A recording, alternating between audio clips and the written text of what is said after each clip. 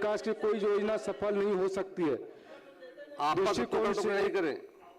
Governor और Bihar police की भूमिका अत्यंत महत्वपूर्ण है सर।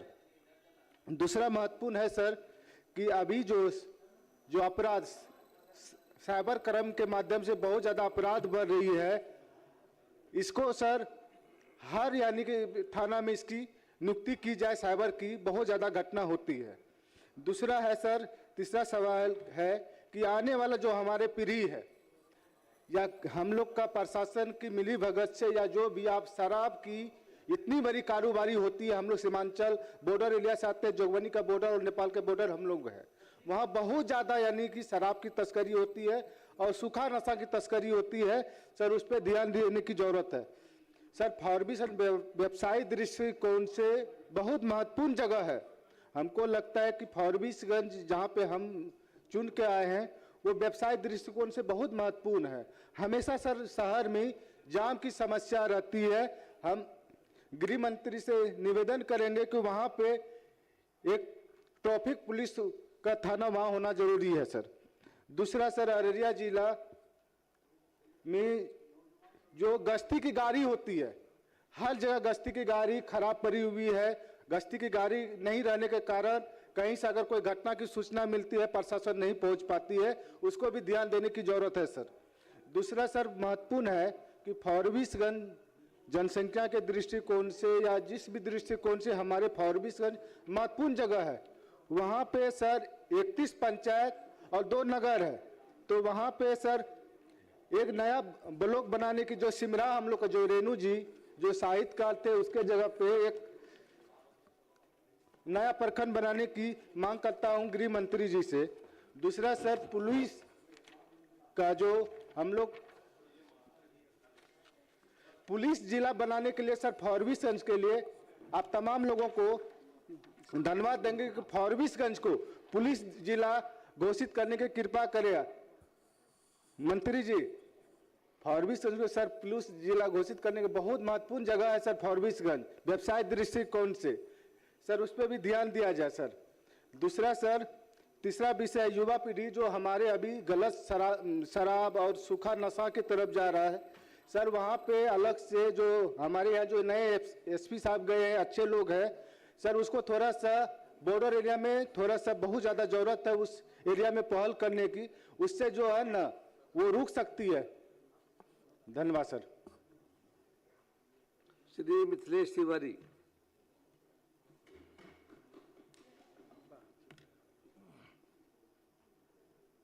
धन्यवाद अध्यक्ष महोदय।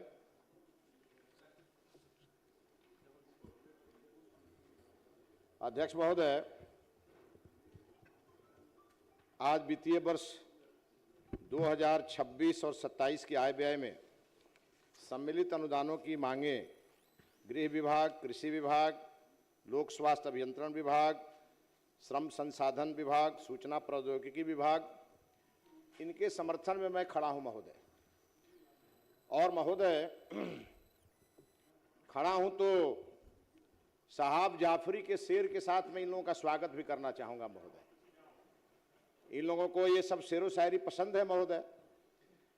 तो महोदय आपके माध्यम से हम इन लोगों के शान में एक शेर पढ़ना चाहते हैं महोदय कि तू इधर उधर की न बात कर, ये बता काफिला क्यों लुटा, मुझे रहजनों से गिला नहीं, तेरी रहबरी का सवाल है। महोदय जब भी विधानसभा में चर्चा होती है महोदय तो 1990 से 2005 की बात और 2005 से 25 तक की बात, यह तो एकदम लाजमी है महोदय।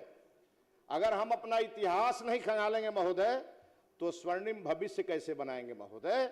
इसीलिए आज के दिन महोदय इस गृह विभाग पर बोलने के लिए महोदय मैं सबसे पहले आपका बहुत बहुत आभारी हूं। साथ में महोदय एनडीए की सरकार का, जिन्होंने बहुत अच्छे काम करके एक बहुत ही निर्णायक बिहार में एक लोगों के मन में ये विश्वास जगाया है महोदय कि अब कानून का राज है, अब अपराधियों का राज नहीं है महोदय। महोदय मैं बिहार के लोकप्रिय माननीय मुख्यमंत्री श्री नीतीश कुमार जी को और हमारे उप मुख्यमंत्री श्री सम्राट चौधरी जी को, हमारे दूसरे उप मुख्यमंत्री श्री विजय सिन्हा जी को और पूरे मंत्रिमंडल का मैं आभारी हूं महोदय, जिन्होंने बिहार की जनता के मन में ये विश्वास पैदा किया है महोदय कि बिहार में अब कानून का राज है महोदय। अब अपराधी किसी मंत्री के यहाँ नहीं शरण लेता है महोदय। अपराधियों का जगह या तो जेल में है महोदय, या फिर कृपया बैठे बैठे नहीं बोले। या तो जेल में है महोदय और नहीं तो अपराधियों के लिए जय श्री राम है महोदय। यह बात सबके ध्यान में है महोदय। महोदय, जब बिहार के माननीय मुख्यमंत्री जी ने बिहार की सत्ता संभाली थी महोदय, तो चारों तरफ हाहाकार था महोदय, और ऐसा हाहाकार था महोदय, लगता नहीं था कि अब बिहार पटरी पर आएगा महोदय। नारा था, एक नेता के द्वारा नारा था। आज हमारे मुख्यमंत्री जी का नारा है कि हमारा 13 करोड़ परिवार और विकसित हो बिहार। ये नारा हमारे नीतीश कुमार जी का है महोदय, और इनका नारा था हमारा परिवार विकसित परिवार महोदय, नारा था इनका, और इसी को लेके चलाया करते थे शासन महोदय। और इसीलिए जनता ने यहां एक कोने में इनको बिठा दिया महोदय।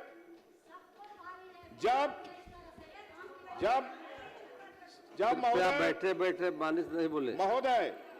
महोदय ये लोग कभी कानून को मानते नहीं है महोदय। ये अपनी बात कह लेते हैं और दूसरी की सुनते नहीं है। हम तो आंकड़ा लेके खड़ा हैं, महोदय, हम तो आंकड़ा लेके खड़ा है महोदय। बैठकर बिना अनुमति के नहीं बोले, बैठकर कोई भी नहीं बोले महोदय। माननीय मुख्यमंत्री नीतीश कुमार जी ने कहा था कि गंगा की कसम जमुना की कसम, सतलज का मुहाना बदलेगा, कुछ तुम बदलो कुछ हम बदले, तब जाके जमाना बदलेगा महोदय, तब जाके जमाना बदलेगा। और माननीय मुख्यमंत्री जी ने बिहार को बदल के दिखाया महोदय, और आज बढ़ता बिहार, और आज बिहार जो AI में जाकर के और अपना पहचान बना रहा है महोदय, ये बिहार है महोदय। थोड़ा सा इन लोगों का जरा लालू चालीसा के बारे में थोड़ा बता देते हैं महोदय। 1990 से 5 के बीच, और हम क्या कहें, हम तो एक घटना आंख के सामने देखे महोदय। एक बच्चा माननीय सदस्य, तब चल रहा भाषण, तो क्रॉस करने में ध्यान रखना चाहिए था। भविष्य में ऐसा नहीं करो। सॉरी महोदय, ये कंफ्यूज है कि ये विपक्ष में है कि सत्ता पक्ष में है। कंफ्यूज नहीं हूँ। बैठिए, आप बैठ जाइए। महोदय, मैं एक दिन हनुमान जी के मंदिर में महोदय पूजा करने जा रहा था, तो एक देखा कि एक बच्चा जोर जोर से चिल्ला रहा था, कह रहा था 2 रुपया में चालीसा ले लो, 2 रुपया में चालीसा ले लो। हम ये देखते देखते चले गए पूजा करने।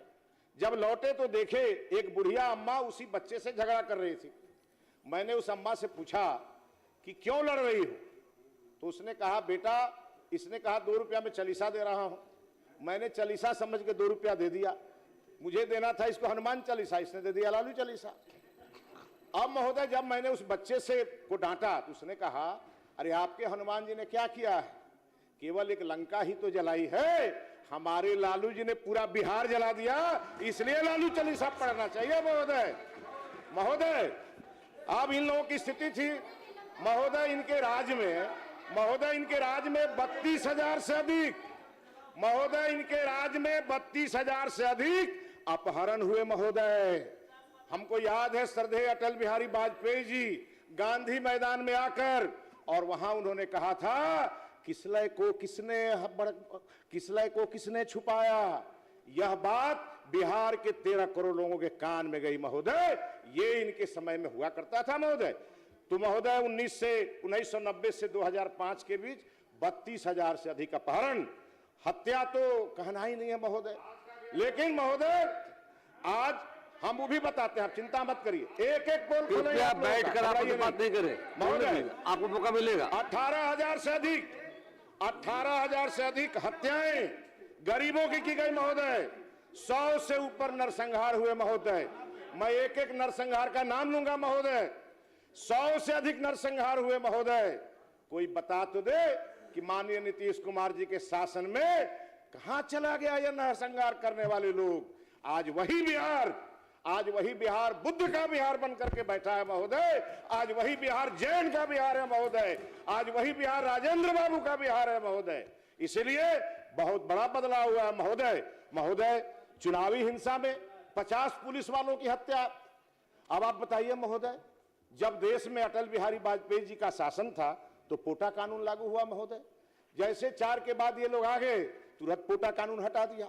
पता नहीं इन लोगों को आतंकवादियों से क्या क्या उनके प्रति इनका क्या भाव है। जो कड़ा कानून लाती है एनडीए, जब ये आते हैं तो हटा देते हैं महोदय। और आज हम कहना चाहेंगे, इस बिहार में अगर बिहार का इतिहास कलंकित हुआ महोदय, तो एक मुख्यमंत्री के बेटी की शादी में कलंकित हुआ महोदय। एक मुख्यमंत्री की बेटी की शादी के लिए सोफा उठा के लाए गए, गाड़ियों को खींच के लाया गया महोदय। और महोदय जो रक्षक होता है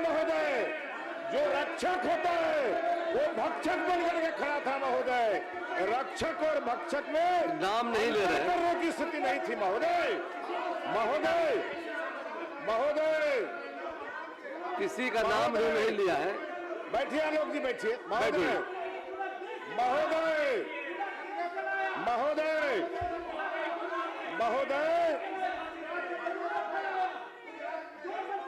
कृपया बैठ जाए, सदस्य बैठिए। अरे किसी का नाम नहीं लिया है। के पर भी आता है, घबराइए नहीं। महोदय, बड़े 1 मिनट सुन लीजिए, सरकार खड़ी है। कृपया बैठ जाइए प्लीज बैठ जाइए, बैठिए। नहीं, सदन शांति और गंभीरता से सुनने का जगह है। और सदन में जब आरोप लगाया जाता है, अगर जो आप उसका प्रतिवाद करते हैं तो बड़े जिम्मेवार माननीय सदस्य हैं, अनुभवी भी हैं। राज्य के बड़े मंदिर से लेके देश के बड़े मंदिर तक बैठे हैं। महोदय कहते हैं कि गलत आरोप है, तो क्या शपथ आप लेके कह सकते हैं कि वो जो बोल रहे हैं वो गलत है? बोल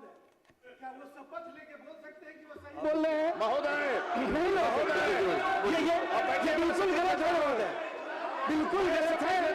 और इस तरह की बयानबाजी, व्यक्तिगत आक्षेप सदन में नहीं होना किसी चाहिए। का नाम नहीं लिया है महोदय, नाम नहीं लिया गया। मुख्यमंत्री महोदय 17 माह में जब इनकी सरकार कुछ दिन के लिए नीतीश बाबू इनके साथ चले गए थे महोदय, तो 17 महीने में 2023 में 3.54 लाख अपराध दर्ज हुए महोदय। ये सबसे बड़ा रिकॉर्ड है महोदय। और उसी को देख के बिहार की जनता फिर कांप गई महोदय। और माननीय मुख्यमंत्री जी ने इन लोगों से हमेशा के लिए टाटा बाय बाय कर दिया महोदय। इसीलिए उसी से परेशान है लोग महोदय। इनके समय में पुलिस का ये स्थिति था महोदय। नरसंहार में जो लोग शामिल होते थे, उनके साक्ष्य के आरोप में उनको बरी कर दिया जाता था, क्योंकि पुलिस सरकार के इशारे पे काम करती थी महोदय। आईपीसी का मतलब एक नेता के आईपीसी के बराबर हो गया था महोदय। 18 मार्च 1999 आलोक जी कह रहे थे, मैं तो उस खानदान से जन्म लिया हूं कि मैं आपको अपना परिचय बताता हूं आपको। हमारे घर में 10 आईपीएस और आईपीएस ऑफिसर हैं। मैं जानता हूं कानून का मतलब क्या होता है। और इसलिए आज मैं आपको कहने के लिए खड़ा हुआ हूं, 18 मार्च 1999 मातृवत परदारेसु। आलोक जी बोलिएगा, समझाते हैं आपको, मौका मिलेगा, बोलिएगा। समझाते हो, बैठिए, आपको मौका मिलेगा। मातृवत परदारेसु परद्रव्येषु लुष्टवत् आत्मोत्साह भूतेषु यह पश्यति सा पंडिता। ये हम आपको बता रहे हैं जो हमारे देश के शास्त्रों में लिखा है महोदय। सेनारी की घटना तो सबको याद होगा। 34 लोगों की हत्या हुई थी महोदय। उस समय ये कह सकते हैं क्या लालू जी सत्ता में नहीं थे? ये कह सकते हैं क्या कि राबड़ी जी सत्ता में नहीं थी महोदय? 25 जनवरी 1999 जहानाबाद के शंकर बिगहा में 22 दलितों की हत्या हुई थी महोदय। 99 में कौन सत्ता में था महोदय? 1996 भोजपुर जिला के बथानी टोला नरसंहार महोदय, 22 लोगों की हत्या हुई थी महोदय। गया जिले के 12 नरसंहार 12 फरवरी 1992 महोदय, 25 लोगों की हत्या हुई महोदय। औरंगाबाद जिले के मियापुर में 26 जून 2000 को 35 दलितों की हत्या हुई महोदय। लक्ष्मणपुर बाथे नरसंहार 1947 में जहानाबाद जिले में 58 लोगों की हत्या हुई महोदय, जिसमें 27 महिलाएं 16 बच्चे शामिल थे महोदय। 1990 से 5 के बीच महोदय 300 से 400 दलित लोग हिंसक घटनाओं के शिकार हुए महोदय। महोदय अब हम आपको बताना चाहते हैं महोदय, आप बोलिएगा महोदय, आपके पार्टी को समय मिलेगा, बोलिए। महोदय आपके दल को समय निर्धारित है, कृपया बोलेंगे आप। अब हम महोदय इनको अपने बताते हैं दलीय समय में गांधी जी से हमको प्रभाषण कितना करेंगे। प्रेम है महोदय, हमारी सरकार को कितना प्रेम है। गांधी जी ने जब अंतिम सांस लिया था महोदय, तो हे राम कह करके गांधी जी लोग को छोड़ के गए थे, और इसीलिए मोदी जी ने जी राम जी कार्यक्रम चला के गांधी जी को श्रद्धांजलि देने का काम किया है महोदय। आप लोग कृपया प्रतिपक्ष बैठ जाए। अकबर का इतिहास पढ़ोगे, कितना दिन बाबर अकबर का इतिहास आलोक बाबू, पढ़िएगा। आलोक बाबू, अब आप भारत का आपस से इतिहास बात पढ़ नहीं लेते हैं। करें। आप महोदय, समय 18 मिनट बोलिएगा, महोदय, अब मौका मिलेगा बोलिए, महोदय, समय है। इस देश में महोदय, इस देश में लंबे समय तक, सैकड़ों सालों तक मुगलों ने शासन किया महोदय, अंग्रेजों ने शासन किया महोदय, फिर भी हमारे देश की सभ्यता संस्कृति बची तो मंदिरों के कारण बची महोदय। और आज हमारी सरकार धार्मिक न्यास बोर्ड के माध्यम से महोदय, हम अपने गृह मंत्री जी को बधाई देंगे। बिना अनुमति के नहीं बोले, प्लीज बैठिए, महोदय बैठ हम जाइए, अपने बैठिए, आपको मौका मिलेगा बोलने का, महोदय, आपको भी मौका मिलेगा बोले, बोलिएगा। कृपया बैठ जाए, महोदय, कृपया बैठिए, महोदय, कृपया महोदय, बीच में नहीं खड़े हो, माननीय नीतीश किसी कुमार के जी का भाषण शासन में खड़ा नहीं होना और चाहिए। समावेशी शासन महोदय, सबका साथ, सबका बैठ विकास और न्याय के साथ, विकास के साथ महोदय। बैठिए, बैठिए ना, ये हमारी बहन अरे जो आपको है, मौका मिला बोलिएगा। हमारी ये बहन चंपा विश्वास का नाम नहीं सुनी है महोदय, और इसीलिए खड़ा होकर बोल रही है महोदय। एक आईएएस की पत्नी के घर में, एक आईएएस के घर में घुसकर महिलाओं के साथ अनैतिक कार्य होते थे महोदय, और उसको संरक्षण बिहार की सरकार देती थी महोदय। महोदय, बैठ जाइए आप, आज महिलाओं के लिए, आपका समय आज समाप्त हो रहा है, महिलाओं के लिए हमारी सरकार समय समाप्त हो रहा है आपका। महोदय, कृपया हल्ला नहीं करें, महोदय, आज बैठ जाइए। आज हम बधाई देंगे बिना अनुमति के नहीं बोलने का प्रावधान है, बैठ जाइए।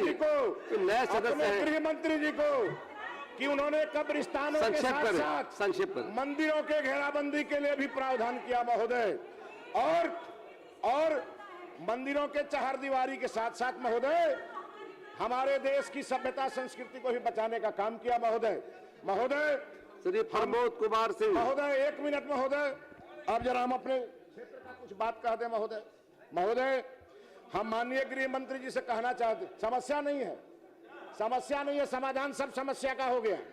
हमारे सुनिए महोदय, आप लोग महोदय क्यों बोल रहे हैं? महोदय, हमारे गृह मंत्री जी का नाम सुनते ही लोग कांप जाते हैं, कहते हैं सम्राट चौधरी का बुलडोजर आ गया, जबकि वो कह चुके हैं कि हमारा कोई बुलडोजर नहीं है, ये कानूनी बुलडोजर है, फिर भी ये लोग कांपते रहते हैं महोदय।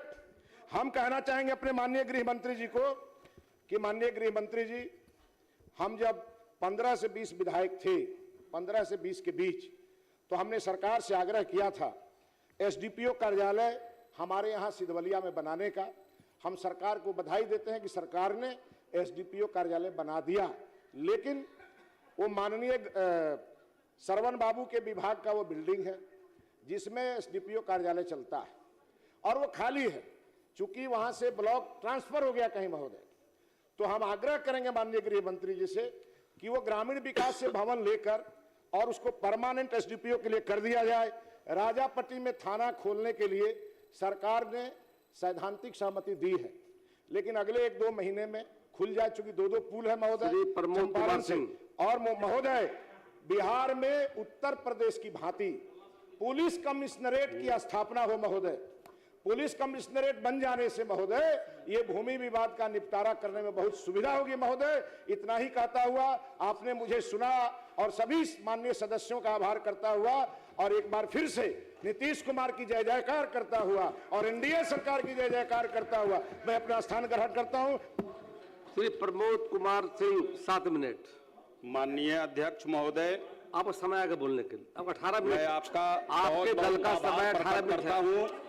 आलोक जी हर कि बात पे आपने खड़े हो गए, हमें हर गृह बात पे विभाग खड़ा की होना उचित नहीं अनुदान है। मांगों के पक्ष अपने- में और अपने समय में विपक्ष द्वारा लाए गए शुरू हो कटौती गया ना, प्रस्ताव के बुलवाएंगे। पक्ष में बोलने आपको का समय अवसर 18 दिया मिनट है। है आरजेडी का, हम बुलवाएंगे उस बार। महोदय, पहले आप ही को देंगे। मैं इसके लिए आपका आभारी हूं और मैं आभार प्रकट करता हूं अपना माननीय मुख्यमंत्री महोदय जी का, जिनके कृपा से मैं इस सदन का सदस्य बना और पहली बार मुझे गृह मंत्री जैसे गृह विभाग पर बोलने का अवसर दिया। मैं माननीय उप मुख्यमंत्री सह गृह मंत्री सम्राट चौधरी जी का भी हार्दिक अभिनंदन करता हूं। माननीय उप मुख्यमंत्री श्री विजय कुमार सिन्हा जी, माननीय जल संसाधन मंत्री श्री विजय चौधरी जी, माननीय वित्त सह ऊर्जा मंत्री श्री विजेंद्र प्रसाद जी, विधानसभा जनता दल यू के सचेतक सह माननीय मंत्री श्री श्रवण कुमार जी तथा बिहार सरकार के सभी सम्मानित मंत्रीगण, इस सदन में उपस्थित पक्ष एवं विपक्ष के सभी विधायकगण, आप सभी को दिल के गहराइयों से अभिनंदन करता हूं, वंदन करता हूं। साथ ही साथ मैं रफीगंज के देवतुल्य जनता जनार्दन का चरण स्पर्श करता हूं कि मुझ पर भरोसा करके मुझे बिहार विधानसभा का सदस्य बनने का आशीर्वाद दिया। महोदय, मैं इस सदन में बोलने से पहले आज विपक्ष के लोग को किसी भी बात पर इतनी मिर्ची लग रही है कि ये बोलने नहीं दे रहे हैं। एक शायर अकबर इलाहाबादी का है, उसे पढ़कर सुनाता हूं महोदय कि हम आह भी करते हैं तो हो जाते हैं बदनाम, और वो कत्ल भी करते हैं तो उसकी चर्चा नहीं होती। महोदय, सदन की कार्यवाही आगे बढ़े उसके पहले मैं नेता प्रतिपक्ष तेजस्वी यादव जी के उस बयान का कड़ी निंदा करता हूं जो उन्होंने हमारे यशस्वी मुख्यमंत्री महोदय के बारे में एक ऐसा शब्द अचेत और कठपुतली कहा है।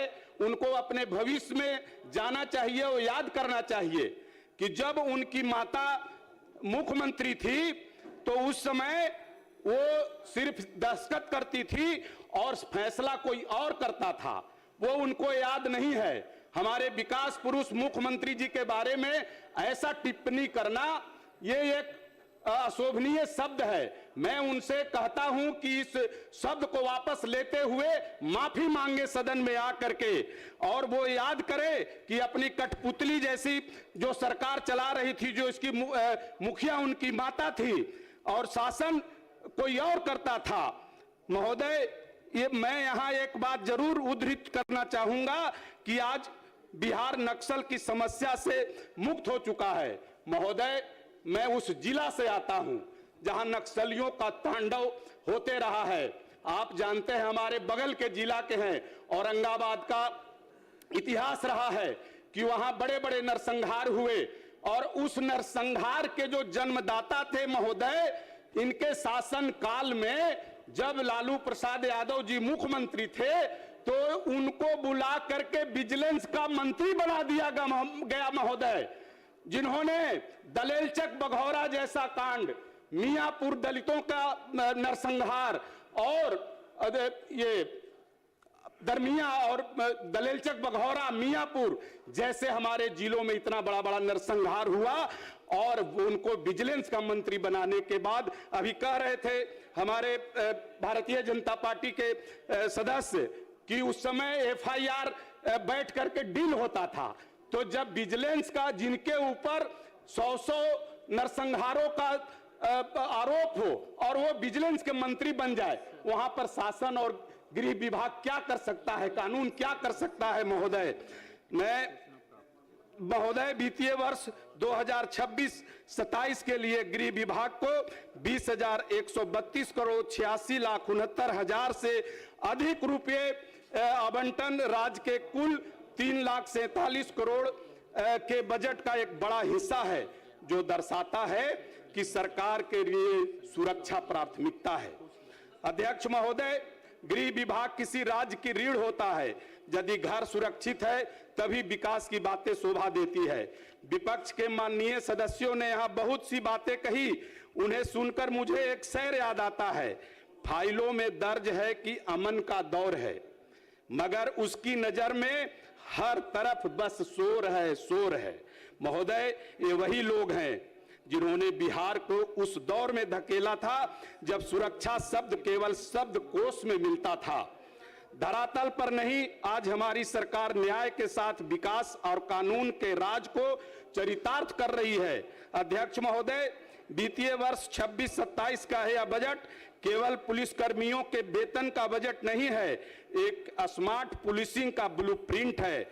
आज बिहार के सभी 1000 से अधिक थाने CCTNS के माध्यम से ऑनलाइन हो चुके हैं। महोदय, डायल 112 15 से 20 मिनट में फोन करने के बाद पुलिस किसी भी समस्या के जगह पर पहुंच जाती है। CCTV सर्विस लाइन केवल पटना में ही नहीं बल्कि बिहार के हर निगम और संवेदनशील चौक चौराहों पर हाई डिफिनेशन कैमरों का जाल बिछाया गया है। सर, ये सरकार का हमारा देन है। महोदय, फोरेंसिक लैब जांच में तेजी लाने के लिए हर प्रमंडल स्तर पर आधुनिक फोरेंसिक साइंस लैब की स्थापना की गई है। महोदय, स्पीडी ट्रायल का भी व्यवस्था हमारी सरकार ने की है। महोदय, महिला सशक्तिकरण की बात तो सब करते हैं, लेकिन उसे जमीन पर हमारी सरकार ने उतारा है। आज बिहार देश का वह गौरवशाली राज्य है महोदय, जहां पुलिस बल में महिलाओं की भागीदारी 35% है। आज थानों में जाइए तो वहां महिला हेल्प डेस्क पर हमारी बेटियां वर्दी पहनकर न्याय कर रही हैं। यह देखकर गांव की आम महिला का आत्मविश्वास बढ़ता है। महोदय, साइबर अपराध की बात अभी कर रहे थे। साइबर अपराध के मामले में हमारी सरकार इतना सजग है कि दुनिया बदल रही है, अपराध का तरीका बदल रहा है, तो हमारी पुलिस भी बदल रही है। और हमने हर जिले में साइबर थाने खोले हैं और 26-27 के बजट में साइबर सेल को और अधिक एडवांस सॉफ्टवेयर देने का प्रावधान किया गया है। सरकार ने ऐसी रखी है। महोदय, आज नशा मुक्ति और मद्य निषेध। आपका समय समाप्त हो रहा है। जी महोदय, 1 मिनट महोदय। आज समाज का हर वर्ग उत्थान कर रहा है। मैं महोदय अपने माननीय मंत्री महोदय से अपने क्षेत्र के बारे में कुछ हमारी समस्या है। महोदय, रफीगंज विधानसभा के अंतर्गत भदवा बाजार जो मुख्यालय से 17 किलोमीटर है और रफीगंज थाना से 15 किलोमीटर की दूरी पर है, वहां आए दिन अपराध की घटनाएं आती रहती है। महोदय, वहां पे एक पुलिस चौकी खोलने का मैं मांग करता हूं और 3 प्रखंडों का वहां पे बाजार है, ब्राही बाजार, जो पौथू थाना के अंतर्गत आता है। महोदय, जो रफीगंज थाना से करीब 21 किलोमीटर और पौथू थाना से 17 किलोमीटर की दूरी पर है। वो बाजार बहुत महत्वपूर्ण बाजार है। महोदय, वहां करीब 30 से 40-50 गांवों के लोग का बाजार है और वो दूरी है थाना से, इसलिए वहां भी मैं निवेदन करता हूं कि एक पुलिस चौकी का निर्माण किया जाए। महोदय, मैं आप सबों को लास्ट में एक बात कहता हूं कि ये जो आज हमारी सरकार है कि चमन को सींचने में कुछ पत्तियां झड़ गई होगी, यही इल्जाम मुझ पर लग रहा है बेवफाई का। मगर कलियों को जिसने रौंद डाला अपने पैरों से, वही दावा कर रहे हैं इस चमन के रहनुमाई का। जय जदयू, जय बिहार, जय सूर्य भगवान। बोल जालू। ये आज सुबह से ही देख रहा हूं कि सदन में कुछ इस तरह की बातें हो रही हैं जो सदन में उसकी चर्चा नहीं होनी चाहिए थी। जाति सूचक, जाति और वर्ग में अंतर होता है, आप गृह विभाग इस बात को बताया जा चुका।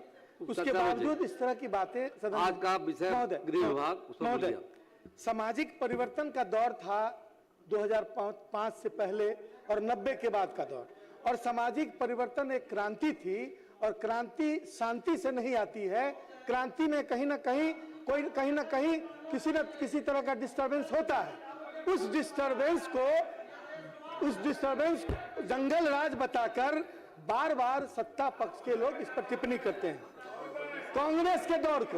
कांग्रेस के 50 वर्षों के दौर को अटल बिहारी वाजपेयी जी ने अटल बिहारी वाजपेयी ने 1857 के आंदोलन के वर्षगांठ के अवसर पर कहा था कि कांग्रेस के 50 वर्षों में देश में विकास नहीं हुआ, यह कहना बेमानी होगी और पुरुषार्थ के विरुद्ध होगा। यह इस तरह की बातें बार बार सदन में राहुल कुमार, आपकी बात रिकॉर्ड में आ गई। ये महोदय, ये वाजपेयी जी की भावना के विरुद्ध है और पता नहीं किनको मानने वाले लोग हैं ये लोग। महात्मा गांधी का नाम लेंगे लेकिन उनके हत्यारों के कभी राहुल कुमार कंफ्यूज करना चाहते हैं पूरे देश को। राहुल कि वो नहीं किसके बोलेंगे। पक्ष में है। श्रीमती अध्यक्ष महोदय, बोलिए। आज के मांग के विरोध में जो कटौती प्रस्ताव लाया गया है उसके समर्थन में और सरकार के मांग के खिलाफ बोलने के लिए खड़ा हुआ। महोदय, मैं बोलूं उसके पहले बस एक शेर रखना चाहता हूं। देखोगे तो हर मोड़ पे मिल जाएंगी लाशें, ढूंढोगे तो इस शहर में कातिल न मिलेगा। और आज मोटा मोटी व्यवस्था बिहार में महोदय ऐसी ही है। हर जगह क्राइम हो रहा है, हर जगह व्यवस्था खराब चल रही है, लेकिन हर जगह इनको गुलजार दिख रहा है। समस्या समझ में आती है महोदय, कोई भी सरकार हो, सत्ता में कोई भी सरकार चल रही हो, किसी की भी सरकार हो, वो इकबाल से चलता है। और अगर सरकार के इकबाल को बलबंदी पर पहुंचाने का काम करता है तो एकमात्र विभाग है गृह विभाग, जिसमें पुलिस के लोग जो अधिकारी होते हैं वो लोग काम करते हैं। लेकिन आज क्या है, बिहार की जो व्यवस्था है पुलिस की, चाणक्य समय की व्यवस्था है महोदय, मौर्यकालीन व्यवस्था है बिहार में जो पुलिस की व्यवस्था चल रही है। और आज हमारे मंत्री हैं, अपने आप को मौर्य के ही वंशज कहते हैं, तो इनके ऊपर जिम्मेवारी भी बढ़ती है।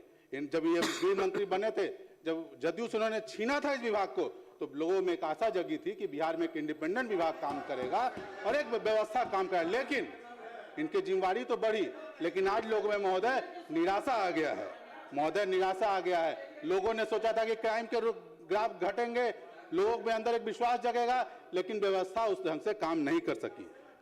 आप देखते हैं महोदय, डाटा की बात आप कीजिए तो आप देखिए क्राइम का ग्राफ लगातार 2005 के बाद 2010 के बाद लगातार बढ़ता जा रहा है और जो कन्विक्शन का रेट है वो लगातार गिरता जा रहा है। और 13-14 के पास आप आएंगे तो देखेंगे कि दोनों एक हुआ था और उसके बाद से लगातार क्राइम बढ़ रहा है और जो कन्विक्शन का रेट है वो लगातार गिर रहा है। ऐसी व्यवस्था महोदय आज बिहार में चल रही है।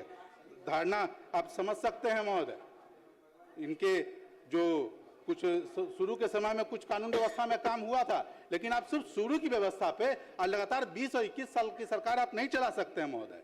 आपको अपनी जिम्मेवारी आपको लेना होगा। एक आंसू पर हुकूमत के लिए, एक आंसू भी हुकूमत के लिए खतरा है और तुमने देखा नहीं आंखों का समुद्र होना। यहाँ बिहार में हर जिले में, मैं जिले का नाम क्या लूं महोदय, हर जिला का कोई ना कोई व्यवस्था।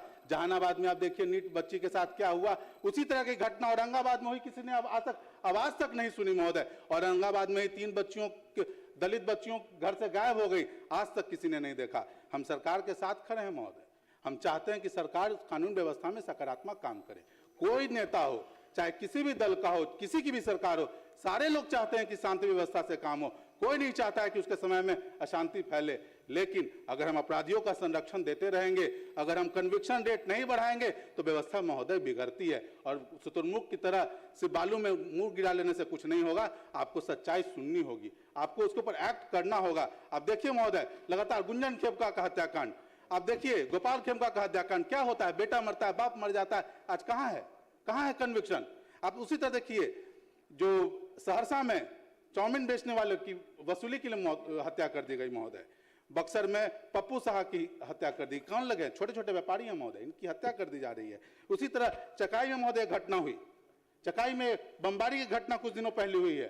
क्या हुआ है महोदय, हर जगह जब पुलिस अच्छा काम करती है तो हम उसकी सराहना करते हैं। जहानाबाद में हाल में एक बच्ची गायब हुई थी, पुलिस ने बहुत तत्परता से 3 दिन के अंदर में लेकर वो लोग बनारस से आए थे, हमने उसकी सराहना की थी। लेकिन आज फिर 3 दिन पहले 3 बच्चियां गायब हो गई हैं उसी जहानाबाद से, उसके कोई खोज खबर नहीं है। लगातार हम लोग प्रयास कर रहे हैं, लेकिन महोदय हमको इस चीज को देखना हो कि ये व्यवस्था जा कहाँ रही है।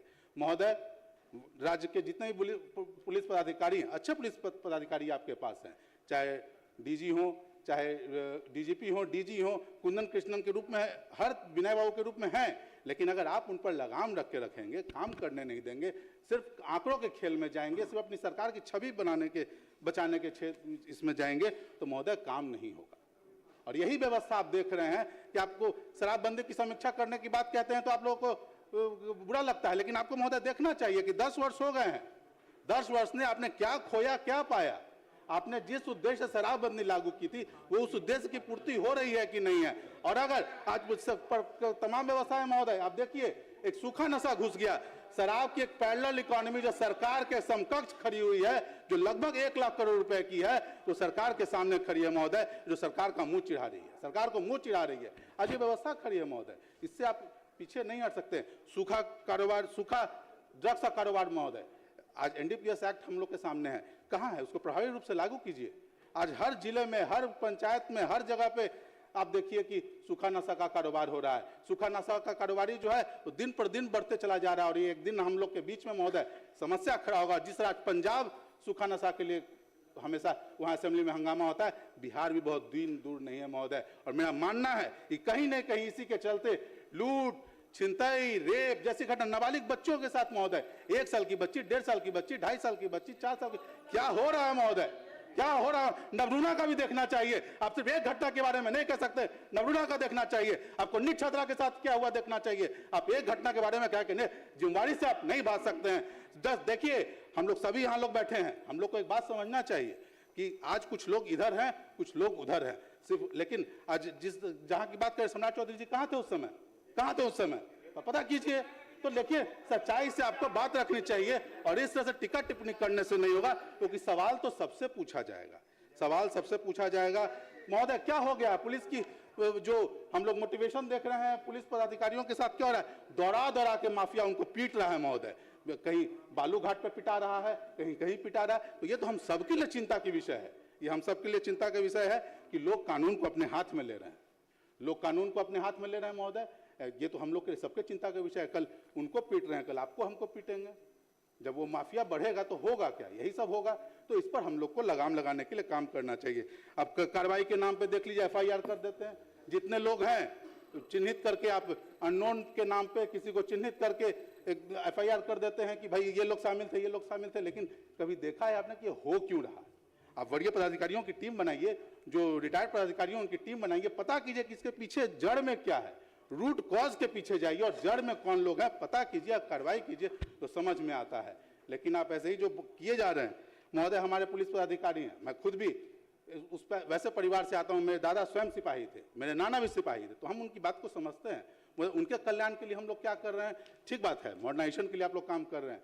आज भी एक सिपाही को साइकिल अलाउंस मिलता है महोदय, कॉलोनियल टाइम का साइकिल आज भी चल रहा है। मोटरसाइकिल पे लोग चल रहे हैं, आप मोटरसाइकिल अलाउंस क्यों नहीं कर रहे हैं उसको?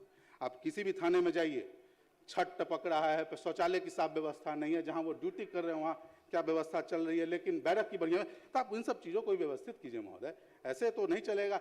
एक मैं आपके संज्ञान में लाना चाहता हूँ, माननीय मंत्री जी काफ़ी इस चीज़ को समझ भी पाएंगे। पुलिस कर्मियों को निःशुल्क आवासन के नाम पर दैनिक विराम भत्ता से 25% की कटौती की जा रही है। एक बैरक में, एक रूम में या कहीं भी व्यवस्था, मंदिर में, गुरुद्वारा में, स्कूल में वो लोग रहते हैं और उनका 25% कटौती किया जा रहा है। और ये व्यवस्था महोदय 21 से लागू किया जा रहा है। क्यों कटौती कर रहे हैं आप व्यवस्था नहीं दे पा रहे हैं, उसके बाद कटौती कर रहे हैं। छोटे छोटे चीज़ों को देखना चाहिए। एक तरफ आप जहाँ इतना खर्चा कर रहे हैं और ये छोटे छोटे चीज़ों में कटौती कर रहे हैं महोदय। अब बिहार पहले BMP था, बिहार विशेष सशस्त्र पुलिस, सभी लोग के सुरक्षा में भी लगे हुए हैं। आप 11 बैच के सिपाहियों को जो जिला बल से थे उनको आपने PTC करा दिया, लेकिन बाकी जो सशस्त्र पुलिस के लोग थे उनका अभी तक प्रमोशन ग्रेड पे नहीं हुआ है। अभी 2008 से वो वहीं पे खड़े हैं जहाँ पहले खड़े थे। तो उस पर महोदय आपको समीक्षा करके करना चाहिए। महोदय, हम लोग देखते हैं सिपाही की जो आजकल रिक्रूटमेंट हो रहा है, आप देखिए, हमारा मानना है कि सिपाही को पहले तो एक तंदुरुस्त और बुलंद होना चाहिए। तो आप व्यवस्था कीजिए कि उनका पहले फिजिकल टेस्ट हो, फिर उसके बाद आप उसमें रिटन एग्जामिनेशन लीजिए। आप देखिए, हाल के एक अखबार में छपा हुआ था कि सिपाहियों के अंदर बीपी, ब्लड शुगर, आंख में कमजोरी, तो इतना न कड़ा परीक्षा आप ले रहे हैं कि वो सब बीमारी का शिकार हो जा रहा है। जब तक वो लोग नौकरी में आता है तब तक वो आधा बीमारी, तो आंखें खराब हो जा रहा है उसका, तो कर क्या पाएगा पढ़ने के? तो उसको जो है महोदय अलग से इसकी व्यवस्था करें कि उसका फिजिकल टेस्ट पहले हो और फिजिकल टेस्ट के बाद रिटन टेस्ट हो।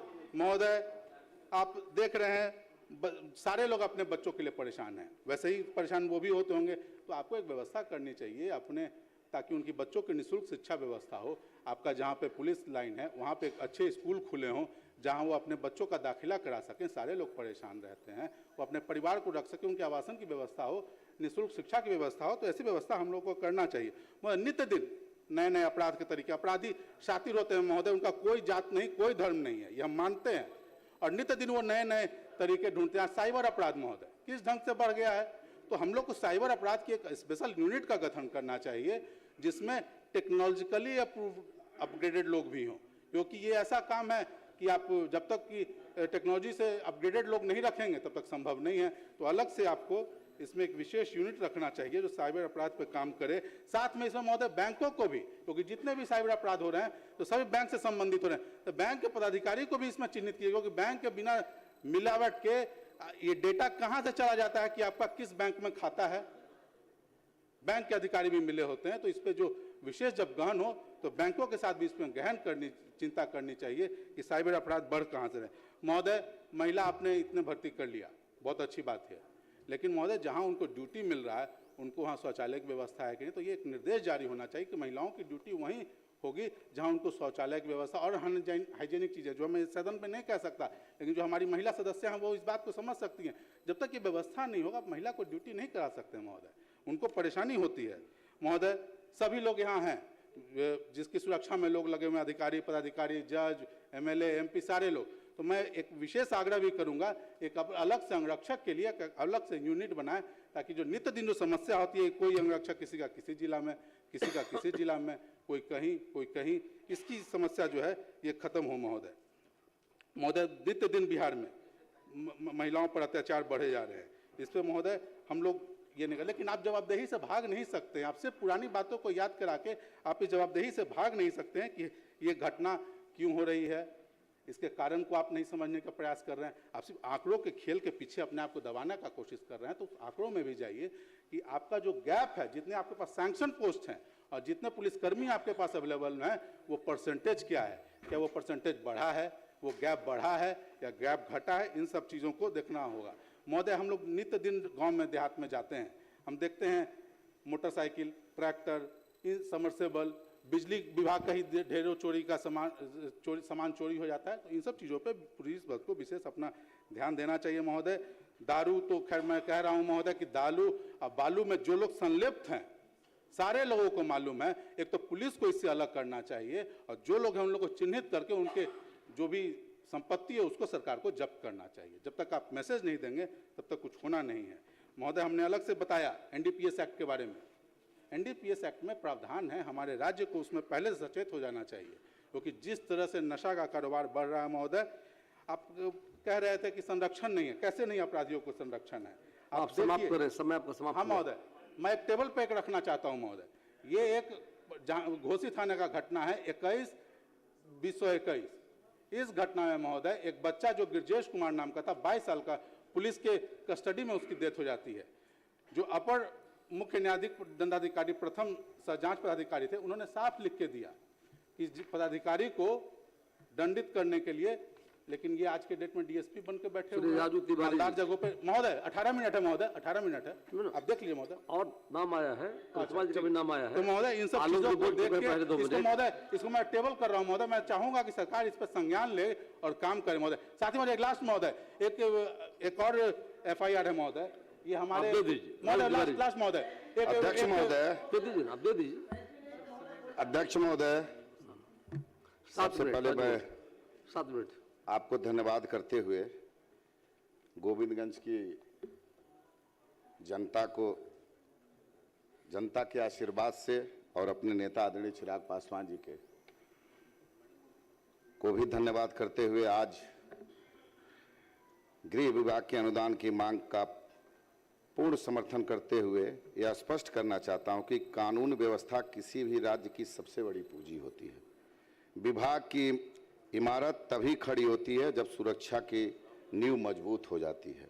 आज बिहार में जो कानून का राज दिखाई देता है वह माननीय मुख्यमंत्री नीतीश कुमार जी एवं गृह मंत्री आदरणीय सम्राट चौधरी जी के नेतृत्व में सरकार की मजबूत इच्छा शक्ति का परिणाम है। महोदय, अभी मैं सुन रहा था गृह विभाग के प्रति कितने हमारे विपक्ष के लोग जागरूक हैं। अभी आदरणीय मंत्री जी ने बताया कि इतिहास में पहली बार ऐसा हुआ है कि महागठबंधन जो नेता प्रतिपक्ष जी के नेतृत्व में है वो कटौती प्रस्ताव मूव ही नहीं किया, और नहीं तो मूव किए बहुजन समाज पार्टी के इकलौते विधायक, और उनको भी बोले कि ये भी मेरे गठबंधन में है, जबकि उन्होंने खड़ा होकर के स्पष्ट कर दिया कि हम अलग से लड़े थे और हमारे यहाँ आरजेडी तीसरे नंबर पर थी। तो ये इनका दिखाता है कि कानून के प्रति कितना इनका सम्मान और कितना इनका क्या है। अध्यक्ष महोदय, अब बोलिए। हाँ एकदम, मैं दावे के साथ बोल रहा हूँ जो वो बोलना है। अध्यक्ष महोदय, तो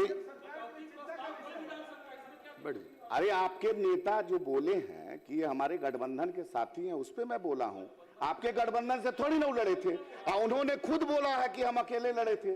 सत्य सत्य सत्य नहीं सुनते हैं महोदय, दिक्कत ये खड़े हो जाते हैं, खड़े हो जाते हैं, समय मेरा बर्बाद करते हैं। अध्यक्ष महोदय, कानून का मजाक उड़ाना और अरे भाई बैठिए, देखिए समय बर्बाद कर रहे हैं अध्यक्ष महोदय। इनके बारे में भी बता देते हैं, इनके बारे में बता देते हैं महोदय। ये हमारे नेता की कृपा से पहली बार सदन में आए, कई बार बोल चुके हैं। कानून का मजाक उड़ाना और बिहार के देश के महापुरुषों का अपमान करना इनकी फितरत है, ये बताने की आवश्यकता नहीं है महोदय। मैं चंद लाइन सुशासन के राज में मैं बोलना चाहता हूं।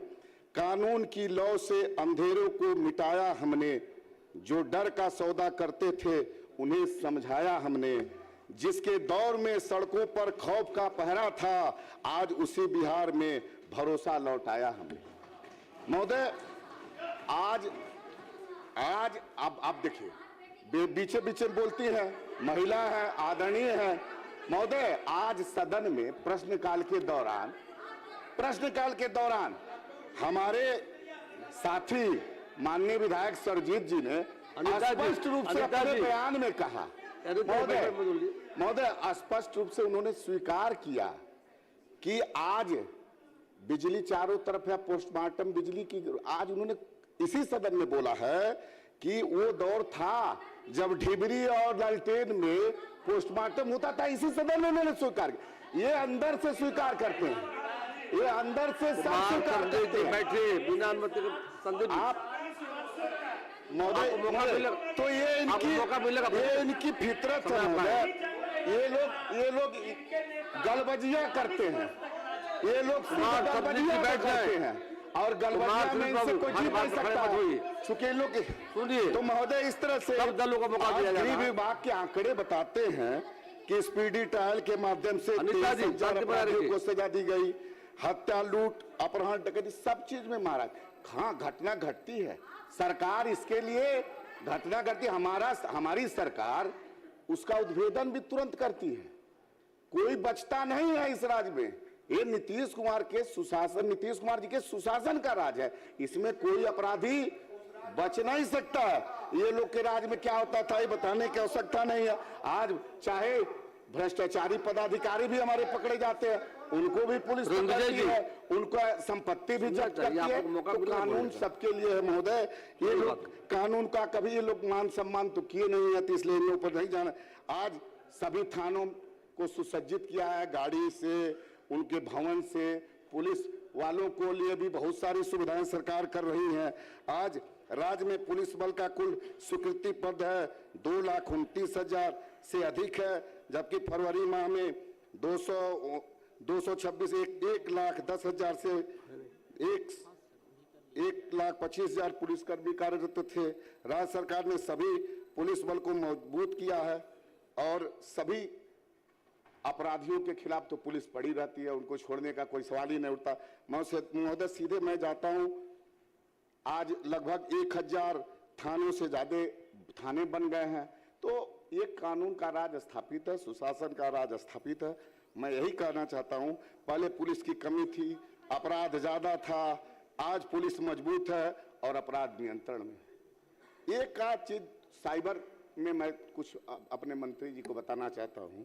मेरे विधानसभा में छठ के दरमियान कुछ बाहर के लोग आए थे और उन्होंने खरीदारी किया। साइबर क्राइम में मतलब मेरा अपना सुझाव होगा कि जो खरीदारी किया और उसके बाद वहां पर उसके अकाउंट पे मुकदमा लग गया, तो मुकदमा लगने के बाद क्या हुआ कि जहां जहां खरीदारी किया था सबका अकाउंट को बंद कर दिया गया। और साइबर वालों के यहाँ हम लोग, हमारे जो क्षेत्र के लोग हैं, दुकानदार छोटे छोटे हैं, उन लोगों ने क्या किया कि साइबर में अपना आवेदन भी दिया, लेकिन आवेदन के बाद आज तक पता करने पता चलता है मेल साइबर के डीएसपी कर दिए हैं, लेकिन वहां से कुछ नहीं, उनका अकाउंट बंद है।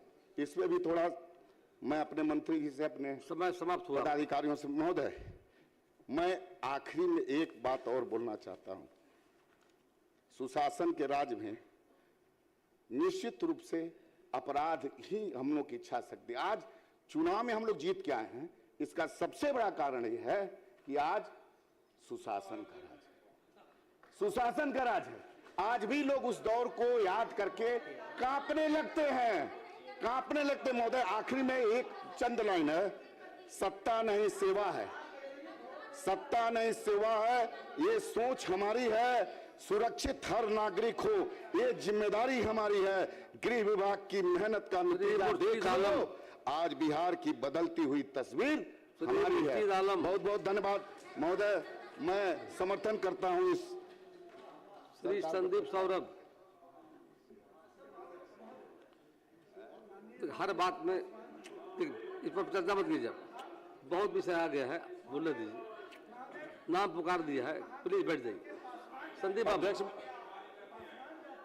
अध्यक्ष महोदय, आज गृह विभाग पर चर्चा है और जिस तरीके से बिहार में पिछले कई महीनों से छोटी बच्चियों के साथ। संदीप बोलिए, आप बैठ जाइए, आप जारी रखिए। सौरभ जी, आलोक जी, आपसे आग्रह देखिए, आप बड़े सदस्य हैं, हर बार खड़े मत होइए। अध्यक्ष महोदय, आज जिस तरीके से बिहार में छोटी बच्चियों के साथ हिंसा, हत्या और बलात्कार की घटनाएं हो रही हैं, हमें लगता है कि केवल वो कानून का मामला नहीं है, बल्कि देश की सत्ता में शीर्ष पर बैठे जो लोग हैं और उनके जो आइकॉन हैं, उनकी पूरी विचारधारा, पूरी बनावट उस तरह की है। देश के प्रधानमंत्री के गुरु, वो खुद कहते हैं कि गोलवलकर जी हैं।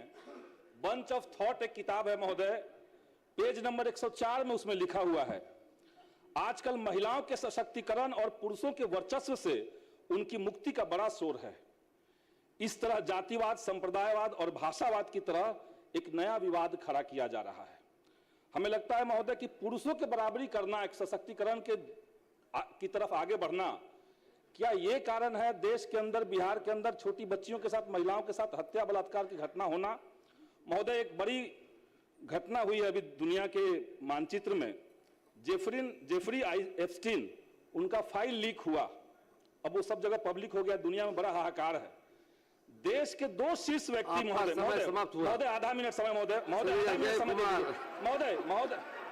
महोदय आधा मिनट समय, देश के पेट्रोलियम मंत्री, महोदय देश के पेट्रोलियम मंत्री हरदीप पुरी, आपका समय उनका, महोदय ये कोई बात नहीं है, सरकार को पसंद नहीं है तो वो बात नहीं करेंगे। निर्धारित है संदीप जी, 3 घंटे का महोदय डिबेट चले। समझदार है, 1 मिनट समय था, आपको पूरा हो गया। अजय बाबू, अजय महोदय, माननीय अध्यक्ष महोदय, अजय बाबू नहीं बोलना चाहते सर, ऑर्डर में तो हाउस को लीजिए, बोलिए, ऑर्डर लीजिए। महोदय, हो गया। गृह विभाग के कटौती पक्ष में बोलने के लिए मैं खड़ा हूँ, बोल लिए। और मैं आपको कहना चाहता हूँ कि अभी दोनों पक्ष से जब बोला जाता है, खास करके उधर से, तो 5 से पहले की चर्चा करते हैं। आज चर्चा हमें क्या करना है? हमें तो चर्चा करना है पीछे 5 साल में हमने क्या किया, या फिर 5 से लेकर के आज तक क्या किया। और जब उस पर हम चर्चा करते हैं तो हम देखते हैं 15 में किनकी सरकार थी, एनडीए की सरकार थी, 25 तक एनडीए की सरकार थी। और एनसीआरबी का रिपोर्ट क्या कहता है, 15 से लेकर के 24 तक में जो है 80% अपराधों में वृद्धि हुई। सवाल इस पर होना चाहिए, इस पर चर्चा किए बिना आप इधर उधर भटक रहे हैं। कहां ले जाना चाहते हैं, करना क्या चाहते हैं? मैं आपसे कहना चाहता हूं कि आज इस पर विमर्श करना चाहिए कि अदालत की लंबी प्रक्रिया कितनी है कि आप किसी अपराधी को सजा नहीं दिला पाते। मैं कोट करना चाहता हूं, एक केस नंबर 13 2002 हमारी पार्टी के एक बड़े नेता रामनाथ महतो की हत्या हुई थी। आज कितने साल हो गए? 24 साल हो गया, अभी तक उनके सभी अपराधी को ट्रायल नहीं कराई ये सरकार। ये किसकी जिम्मेदारी है? ये एनडीए गवर्नमेंट जो आज 20 साल से इनकी जिम्मेदारी है। आपका समय मैं आपसे समाप्त हुआ। सर मैं एक बस बारे में साइबर क्राइम का जो है उसका एफआईआर करने में बहुत पेचीदगी है और उद्भेदन करना और भी ज्यादा है। आज जिस तरीके से नक्सल समस्या के बारे में कह रहे समाप्त हो गया, नक्सल समस्या ऐसे समाप्त हो जाएगी जब तक बेरोजगारी रहेगी, जब तक भूखमरी रहेगी, और जान लीजिए तब तक जातीय आधार पर, सामाजिक आधार पर शोषण रहेगा, नक्सल की समस्या बनी रहेगी। इसको आप नहीं रोक सकते। आईपी गुप्ता जी। अध्यक्ष महोदय, रहे हैं कि ऐसे समाप्त हो जाएगी तो चुनौती दे रहे हैं, कुछ मानसिकता स्पष्ट नहीं हो रहा महोदय। ये बड़ा गंभीर विषय है महोदय। श्री आईपी गुप्ता जी।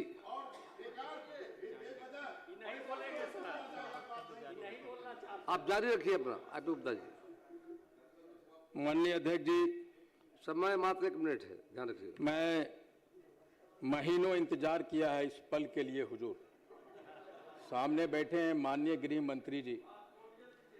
ये कहानी है उस बच्ची को जिसको 3 मई को उसके घर से उठा के मकई के खेत में ले जाता है, उसका रेप करता है, और 4 मई को उसी शाम को 7 बजे 8 बजे उसको वापस मोटरसाइकिल से बेहोशी की अवस्था में घर लाता है, और उसको मोटरसाइकिल को पकड़ के गांव वाला वहीं रखता है, भागता है लोग। पुलिस केस दर्ज करती है 7 तारीख को और यूडी केस बना देती है। वो लड़की को फिर दूसरे दिन आके आत्महत्या मार देता है, आत्महत्या का शक्ल देता है। उसकी गलती सिर्फ ये है हुजूर कि वो एक ततवा की बेटी थी। उसकी गलती ये है कि उसकी माँ बाप गरीब हैं। उसकी गलती ये है कि उसके माँ बाप पढ़ना लिखना नहीं जानते। मुख्यमंत्री के जनता दरबार में डीजीपी साहब के यहाँ, एसपी साहब के यहाँ कहाँ चिट्ठियां नहीं लिखा हुजूर। आज तक उस बच्ची को इंसाफ नहीं मिला, मर गई। ये कहानी से उस रिंपा की नहीं है जो 15 बरस की थी। पता नहीं कितने बच्चे होंगे। आज मुझे लगता है कि मैं ततवा में जन्म लेके गुनाह किया है हुजूर। उस बच्ची को इंसाफ दिलवाइए माननीय गृह मंत्री जी। वो मेरे घर पे आके परसों इतना रो रही थी। कृपया बैठ जाइए। कुछ कीजिए हुजूर। श्री सतीश कुमार सिंह यादव।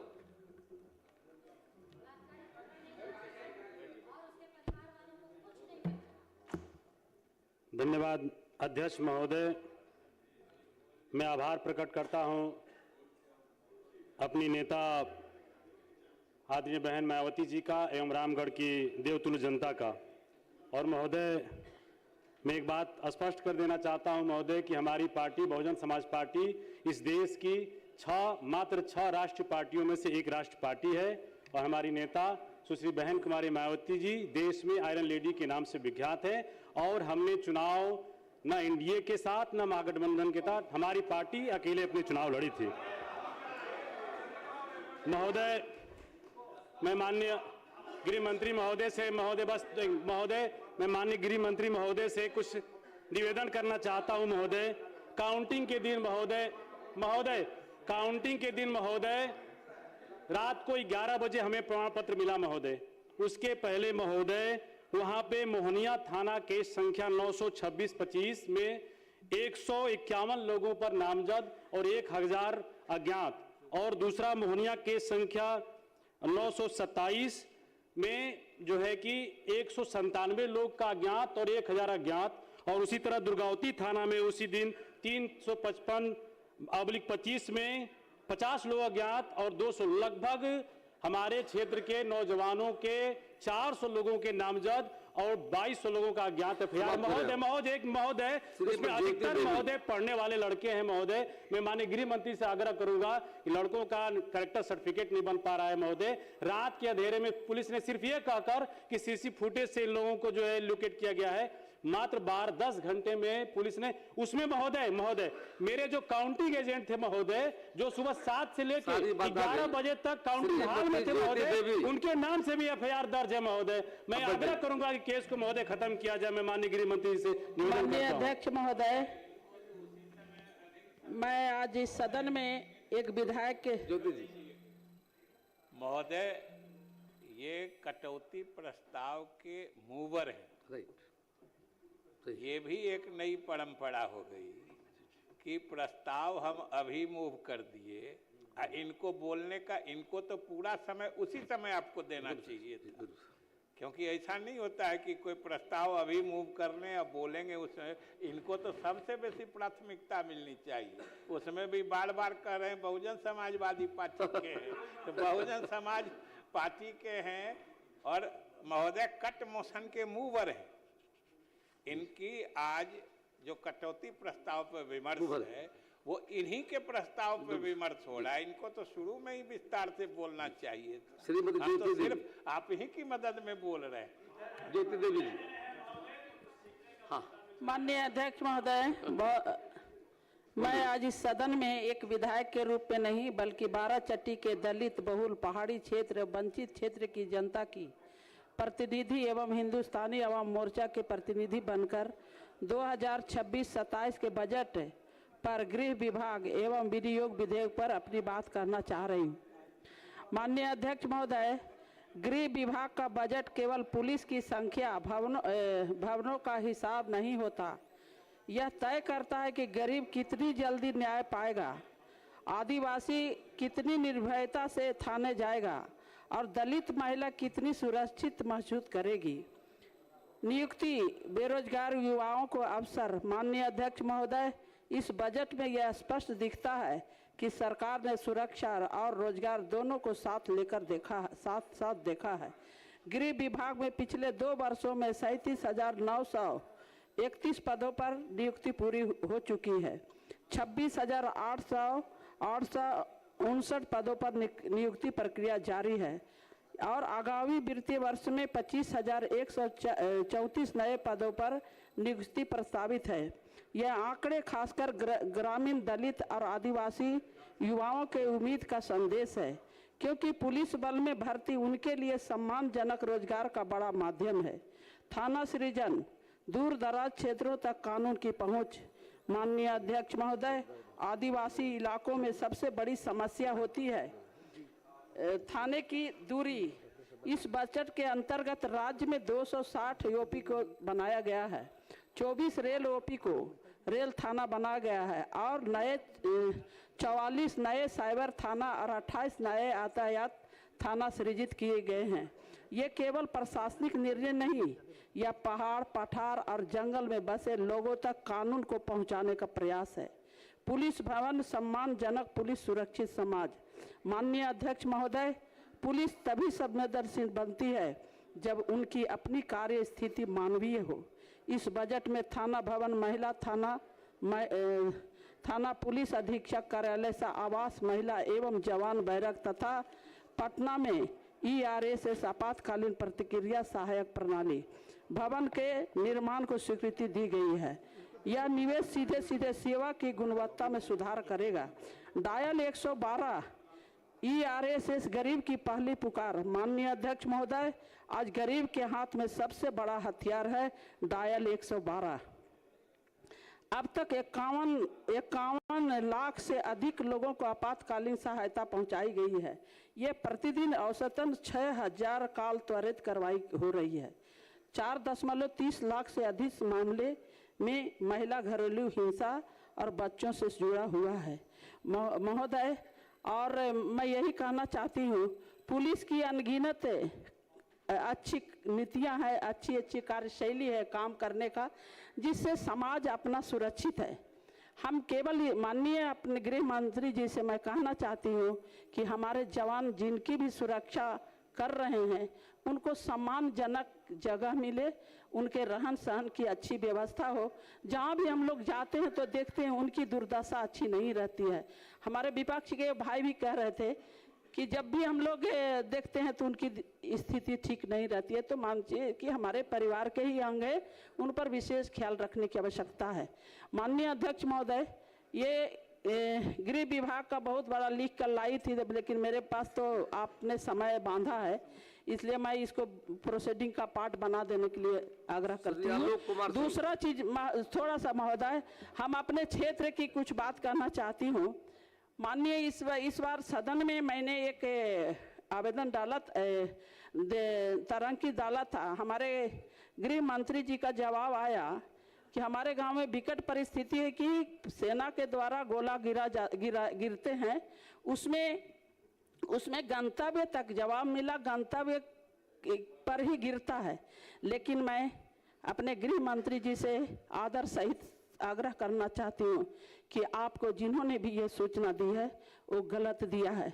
आप उदाहरण के स्वरूप हम कहना चाहते हैं कि महोदय, हम यही कहना चाहते हैं उदाहरण के स्वरूप कि जो भी है हम इसमें साक्ष्य सब दिए हुए हैं। अगर जो गलत रिपोर्ट गृह विभाग से संबंधित दिया उस पर कार्रवाई होनी चाहिए। और मैं अगर गलत बोल रही तो जी ठीक, बैठ जाए। माननीय अध्यक्ष महोदय, मैं बिहार सरकार के गृह विभाग अनुदान मांगों पर के समर्थन में आगे जरूर राष्ट्रीय लोक मोर्चा की ओर से बोलने के लिए खड़ा हूं।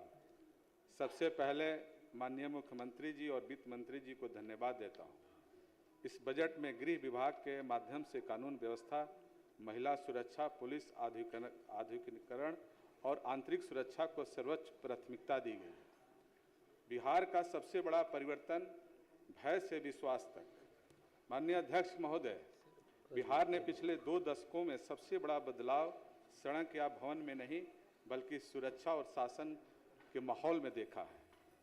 2005 के पहले का बिहार अपराध का बोलबाला, अपहरण उद्योग, महिलाओं और असुरक्षित जीवन और आम नागरिक का डर वह समय था जब लोग कहते थे शाम होते ही घर लौट जाओ, पता नहीं क्या हो जाएगा। लेकिन आज बिहार बदल चुका है।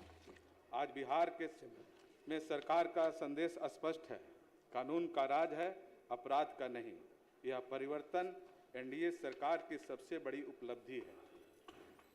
आज पूरे बिहार के तरफ से और दिनारा विधानसभा के भगवान रूपी जनता के तरफ से माननीय गृह मंत्री जी को धन्यवाद देता हूँ। और एक सदन के माध्यम से आपके आदेशानुसार गीता का श्लोक याद आया, परित्रायम साधूनाम विनाशाय च दुष्कृताम धर्म संस्थापना संभावी युगे युगे।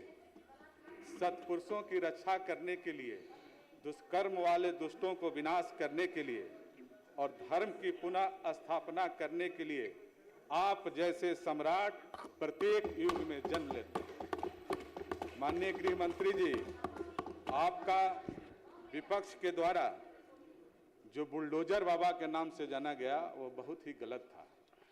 आज बिहार में अतिक्रमण की जहां भी व्यवस्था थी, आपके माध्यम से बहुत ही शहर मुक्त हुए।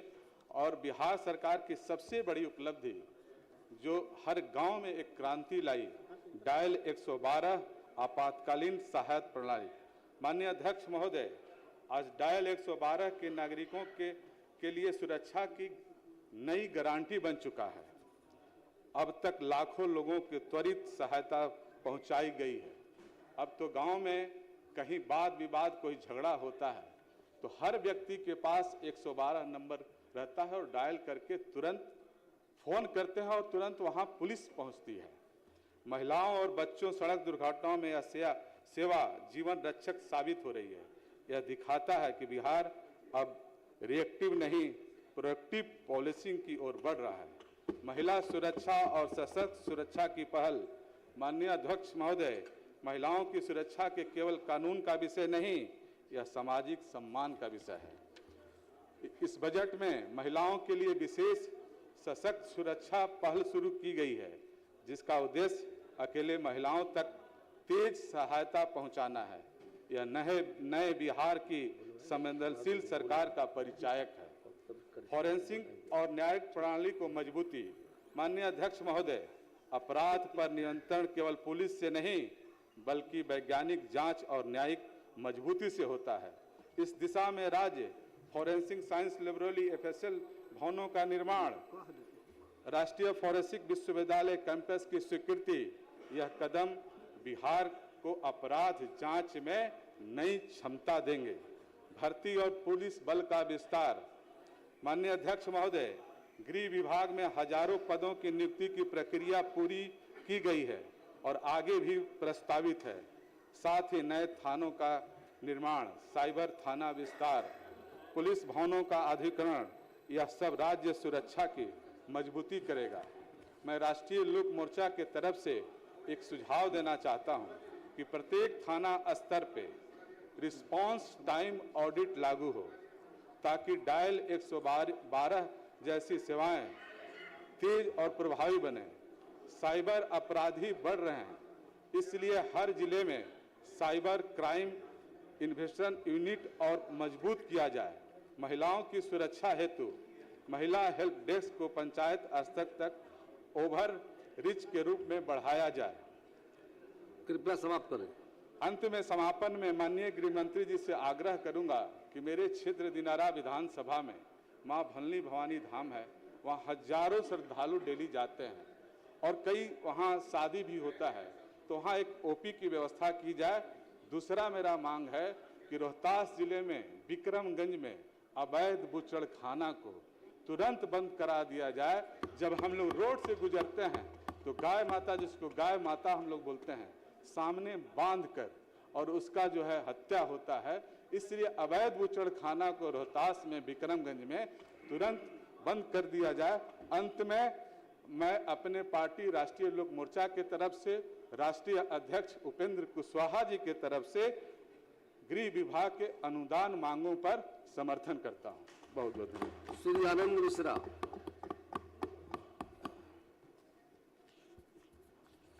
माननीय अध्यक्ष महोदय, मुझे गृह विभाग के 2026 बजट के समर्थन में अपनी बात रखने का अवसर देने हेतु आपका, माननीय मुख्यमंत्री जी का, द्वय उप मुख्यमंत्री जी का, हमारे सचेतक जी तथा सदन को धन्यवाद ज्ञापन करता हूं। अपने बक्सर की जनता के लिए भी कृतज्ञता व्यक्त करता हूं। माननीय अध्यक्ष महोदय, आज इस सदन में गृह विभाग के बजट अनुदान के समर्थन में खड़ा होते हुए मैं केवल एक विधायक के रूप में नहीं बल्कि उस वर्दी के अनुभव के साथ बोल रहा हूं जिसने IPS ऑफिसर के रूप में कानून व्यवस्था संभाली थी। संकट में लोगों की आंखों में भय भी देखा है और न्याय मिलने के बाद उन्हीं आंखों में विश्वास भी देखा है, और आज जनप्रतिनिधि के रूप में उसी व्यवस्था को नीति के स्तर पर सशक्त होते देख रहा हूं। मेरे पास दोनों दृष्टिकोण है, पुलिस का भी और जनता का भी। इसलिए जब मैं इस गृह बजट को देखता हूं तो यह मुझे सिर्फ दस्तावेज नहीं लगता, यह 13 करोड़ बिहार वासियों के विश्वास की सुरक्षा का संकल्प प्रतीत होता है। अध्यक्ष महोदय, जब कोई व्यक्ति अपने जीवन के सबसे बड़े संकट में होता है, दुर्घटना, अपराध, हिंसा या हेल्पलेसनेस, तब वह सबसे पहले पुलिस या मेडिकल सेवाओं की ओर ही देखता है। इसलिए इन दोनों सेवाओं में संवेदनशीलता, पेशेवरता, करुणा और निष्पक्ष आचरण अनिवार्य गुण है। कानून की कठोरता और मानवीय व्यवहार का संतुलन ही शायद सच्ची पुलिसिंग की पहचान है। महोदय, यह बजट बिहार पुलिस को मॉडर्न और अकाउंटेबल बनाने की दिशा में एक महत्वपूर्ण कदम है।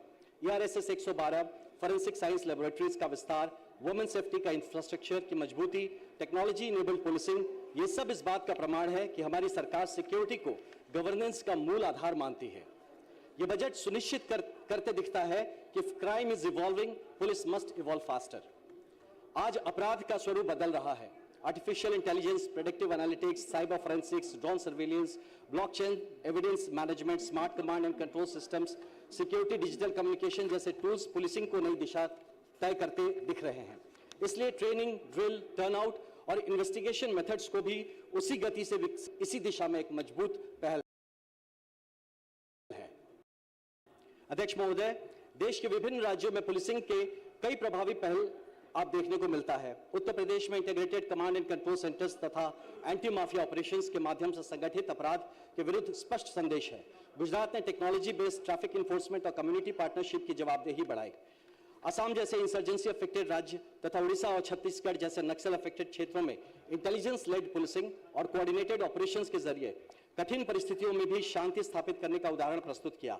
इन अनुभवों से प्रेरणा लेते हुए बिहार पुलिस भी अपनी परिस्थितियों के अनुरूप बेस्ट प्रैक्टिसेस को अपनाते हुए आगे बढ़ रही है और यह बजट इन्हीं इनिशिएटिव्स को समर्थन और बढ़ावा देता हुआ समझ में आ रहा है। महिलाओं को 35% आरक्षण सामाजिक परिवर्तन का प्रतीक तो है ही, साथ महिला थाना फ्रंटलाइन पर महिला अधिकारी पेट्रोलिंग के से लेकर नेतृत्व तक सक्रिय सहभागिता। आज बिहार की बेटियां सुरक्षा की पहचान बन चुकी हैं। वे सुरक्षा की सिर्फ मांग नहीं कर रही बल्कि स्वयं सुरक्षा का नेतृत्व कर रही हैं। यह बदलाव दूरदर्शी नेतृत्व का परिणाम है और मैं मुख्यमंत्री श्री नीतीश कुमार जी और हमारे गृह मंत्री श्री सम्राट चौधरी जी के सकारात्मक और दृढ़ नेतृत्व की सराहना करता हूं, जिनके मार्गदर्शन में पुलिसिंग में यह सशक्त परिवर्तन संभव होता हुआ नजर आ रहा है। महोदय, मैं इस सदन से पूरे विश्वास के साथ कहना चाहता हूं कि बिहार पुलिस ने अतीत में भी नक्सलिज्म, संगठित हिंसात्मक गुटों और तथाकथित दबंग प्रवृत्तियों जैसी चुनौतियों को सफलतापूर्वक सामना किया है, इसलिए उनकी क्षमता पर कोई संदेह नहीं होना चाहिए। आवश्यकता इस बात की है कि हम उन्हें सकारात्मक समर्थन दें, संसाधन दें और जनहित में उनके कार्यों को सशक्त करें। इतिहास यह भी बताता है कि गलत राजनीतिक हस्तक्षेप और प्रशासनिक शिथिलता ने ही उस दौर को जन्म दिया जिसे अनफॉर्चुनेटली आज जंगल राज कहा जा रहा है।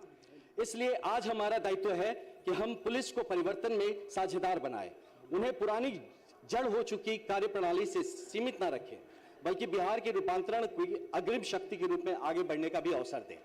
अध्यक्ष महोदय, स्ट्रांग पुलिस, ये जब मैं भी था, जब स्ट्रांगली करता था तो लोग कहते हैं पुलिस स्टेट बन रहा है, तो ऐसा है नहीं। स्ट्रांग पुलिस का अर्थ कभी भी पुलिस स्टेट नहीं होता।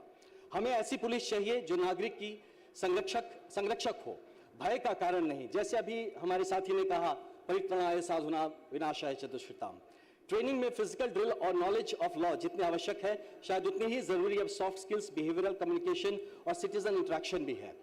कंसाइंसियस पुलिस यानी जिम्मेदारी और संवेदनशीलता के साथ कानून का पालन करना ही आज की आवश्यकता है।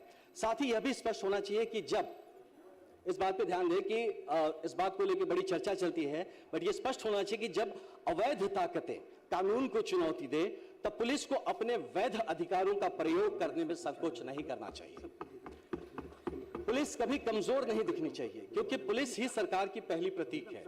जनता पुलिस के व्यवहार से ही सरकार की छवि तय करती है और यह बजट इन सब बातों के लिए पथ प्रशस्त करता हुआ नजर आ रहा है। महोदय, बिहार पुलिस को ऐसे अधिकारी चाहिए जो हैं भी, मैं मानता हूं, जो मैदान में अग्रिम पंक्ति में खड़े होकर उदाहरण प्रस्तुत करें, जो अपने अधीनस्थों से ज्यादा परिश्रम करने की साहस रखे और उनकी कार्यशैली से फोर्स का मोराल और पब्लिक कॉन्फिडेंस दोनों मजबूत हो। जब जवान अपने वरिष्ठ को संघर्ष में साथ खड़ा देखता है, तब उसके भीतर सेवा का गर्व और कर्तव्य का उत्साह कई गुना बढ़ जाता है। ऐसा प्रयास इस बजट के इंटेंशन को स्थापित करेगा। माननीय अध्यक्ष महोदय, मैं विशेष रूप से पुलिस कर्मियों के वेलफेयर की बात करना चाहता हूं। बेहतर थाना अवसंरचना, हार्डशिप अलाउंस, कैशलेस मेडिकल सुविधा, परिवारों के लिए शिक्षा एवं स्वास्थ्य में प्राथमिकता, physical and mental wellbeing support, संतुलित अवकाश नीति ये केवल सुविधाएं नहीं मांग रहा, ये सुरक्षा तंत्र की मजबूती में किया गया निवेश होगा। मैं आज इस अवसर पर माननीय गृह मंत्री जी का भी इन मुद्दों पर ध्यान आकर्षण करना चाहूंगा। महोदय, हमें पुलिसकर्मी के मन में यह भावना जगानी होगी कि उसकी पहचान पावर से नहीं बल्कि सर्विस से है। Police is not a job, police is a service. यही माइंडसेट हर ट्रेनिंग, हर पोस्टिंग और हर जिम्मेदारी में दिखाई देनी चाहिए। आज हम एक ऐसे दौर में खड़े हैं जहां रोज अपराध नए स्वरूप बदल रहा है। AI driven analytics, quantum safe communication, digital investigation platforms और स्मार्ट मोबिलिटी सिस्टम्स जैसे नए साधन पुलिसिंग को नई दिशा दे रहे हैं। यह केवल वर्तमान की आवश्यकता नहीं बल्कि आने वाली पीढ़ियों की सुरक्षित भविष्य की तैयारी है। हम सब इस परिवर्तन के सहभागी हैं और यह हमारा सौभाग्य है कि हम सब इस टीम का हिस्सा है जो बिहार पुलिस को नई ऊंचाइयों तक ले जाने का प्रयास कर रही है। यह 20,132 करोड़ का गृह बजट इसी नए युग की तैयारी का उद्घोष है। माननीय अध्यक्ष महोदय, आज हमारा लक्ष्य स्पष्ट है, crime free Bihar, safe Bihar, confident Bihar. जनता का राज, सुशासन का मॉडल और न्याय आधारित व्यवस्था।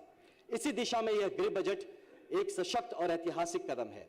मैं इस सदन से आग्रह करता हूं, हम दलगत सीमाओं से ऊपर उठकर इस बजट का समर्थन करें। यह किसी एक दल का बजट नहीं है, यह हर किसान, हर मजदूर, हर छात्र और हर मां बहन की सुरक्षा का बजट है। मजबूत गृह बजट पुलिस की ताकत नहीं, यह जनता की सुरक्षा की गारंटी है। मैं पूरे विश्वास और गर्व के साथ इस बजट का समर्थन करता हूं और साथ ही आज इस अवसर का उपयोग करना चाहूंगा 2-4 सजेशंस देने के लिए कि पुलिसिंग में हम लोग देखते हैं कि जो ट्रेनिंग करते हैं जब, तो ट्रेनिंग तो कुछ और करते हैं, उनकी पोस्टिंग कहीं और हो जाती है। वो फॉरेंसिक लैब जाता है, क्योंकि मैं अपने पर्सनल एक्सपीरियंस से बात कर रहा हूं कि वो फॉरेंसिक लैब जाता है, वहां ट्रेनिंग करके आता है और यहाँ के किसी का PSO बन जाता है। तो इन चीजों को हमें देखने की जरूरत है कि जिसकी जो ट्रेनिंग है वैसा स्पेशलाइज्ड कायदे, चाहे स्पेशल ब्रांच में हो, चाहे इन्वेस्टिगेशन में हो, लॉ एंड ऑर्डर के लिए हो, ट्रैफिक के लिए हो, स्पेशलाइज्ड ब्रांच को प्रमोट किया जाए। मुझे लगता है पुलिस और बेहतर उसमें काम कर पाएगी। साथ ही मैं चाहूंगा कि एक बात और नजर में लाने की, माननीय हमारे गृह मंत्री जी के, ये जो FIR होते हैं हमारे बच्चों के ऊपर, तो FIR होना तो ये क्राइम नहीं है। आज कोई किसी के ऊपर FIR कर देता, लड़का वो BPSC की परीक्षा पास कर रहा है, वो पुलिस की ट्रेनिंग परीक्षा पास कर रहा है, लेकिन उसको कैरेक्टर सर्टिफिकेट नहीं मिलने के कारण से वो सिर्फ इसलिए बैठा है कि उसके पड़ोसी को उससे जलन था, उसने उस पर एक FIR कर दिया। तो इस बात पे हमें लगता है कि एक बार इसको एज अ पॉलिसी लेवल पे हमें देखना चाहिए कि FIR should not be a reason for stopping someone to join. उसके बाद अगर वो चार्जशीट होता है, ट्रायल पे जाता है, पनिशमेंट होता है, उसको हम किसी भी स्टेज पे डिसमिस कर सकते हैं, जरूरत होने से उसकी पुरानी सारी रिकवरीज भी कर सकते हैं। इस पे काइंडली ध्यान दिया जाए। दूसरा है कि ये जो हमारे ज्यूरिसडिक्शन है कि एक प्रखंड का ज्यूरिसडिक्शन, सर्कल का ज्यूरिसडिक्शन, थाने का ज्यूरिसडिक्शन, वो एक साथ मैच नहीं करता और इसके लिए बड़ा जमीन पे कंफ्यूजन होता है। तो इस पे भी कहीं ना कहीं एक ज्यूरिसडिक्शन को एक साथ लाने की मुझे जरूरत लगती है। और इसके साथ एक लास्ट रिक्वेस्ट करूंगा मैं कि मैं जब भी आता जाता रहता हूं सरदार पटेल भवन के सामने से, बहुत बड़ा वो तिरंगा के लिए एक बहुत बड़ा पोल गड़ा हुआ है, उस पर तिरंगा नहीं दिखता। तो रिक्वेस्ट रहेगा कि उस पर तिरंगा हो, सरदार पटेल भवन का भी वो शान बढ़ाएगा, हमें भी अच्छा लगेगा और आने जाने वाले जितने युवा हैं जो पुलिस में ज्वाइन करना चाहते हैं उसको देख के कहीं ना कहीं प्रेरित होंगे। मुझे ये अवसर देने के लिए बहुत बहुत धन्यवाद। माननीय सदस्य करिश्मा जी। सभापति महोदया, धन्यवाद। जब हम बिहार की बात करते हैं तो प्रायः मैंने देखा है सत्ता पक्ष के लोग अतिशयोक्तियों में, अलंकारों में, एक सुनहरा भविष्य या पता नहीं पास्ट क्या, कहीं कोई तथ्य नहीं होता। ये बात करते हैं नरसंहारों की। वो कौन सी सरकार है जिसने साक्ष्य के अभाव में उन दरिंदों को छोड़ दिया? तो पुलिसिंग का मतलब ये नहीं, इट इज उसका एक मेजर पार्ट है प्रिवेंशन ऑफ क्राइम। वो कौन सरकार है जिन्होंने उन दरिंदों को, नरसंहार के दोषियों को छोड़ दिया? साक्ष्य का अभाव क्या होता है?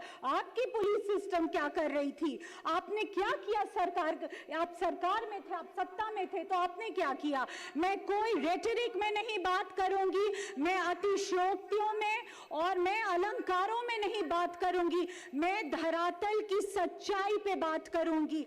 एक रिपोर्ट आया है, इंडिया जस्टिस रिपोर्ट 2025 में, मैं कुछ उसके डेटा पेश करूंगी क्योंकि मुझे धरातल पे रहना पसंद है।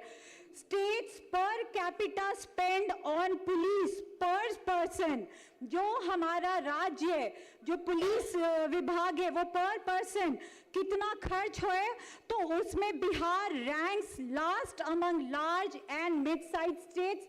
अभी मैं जो भी डेटा कोट करूंगी वो 18 mid and large size states के उनकी रैंकिंग है, उसके आधार पे मैं डेटा पेश कर रही हूँ आप सभी के सामने।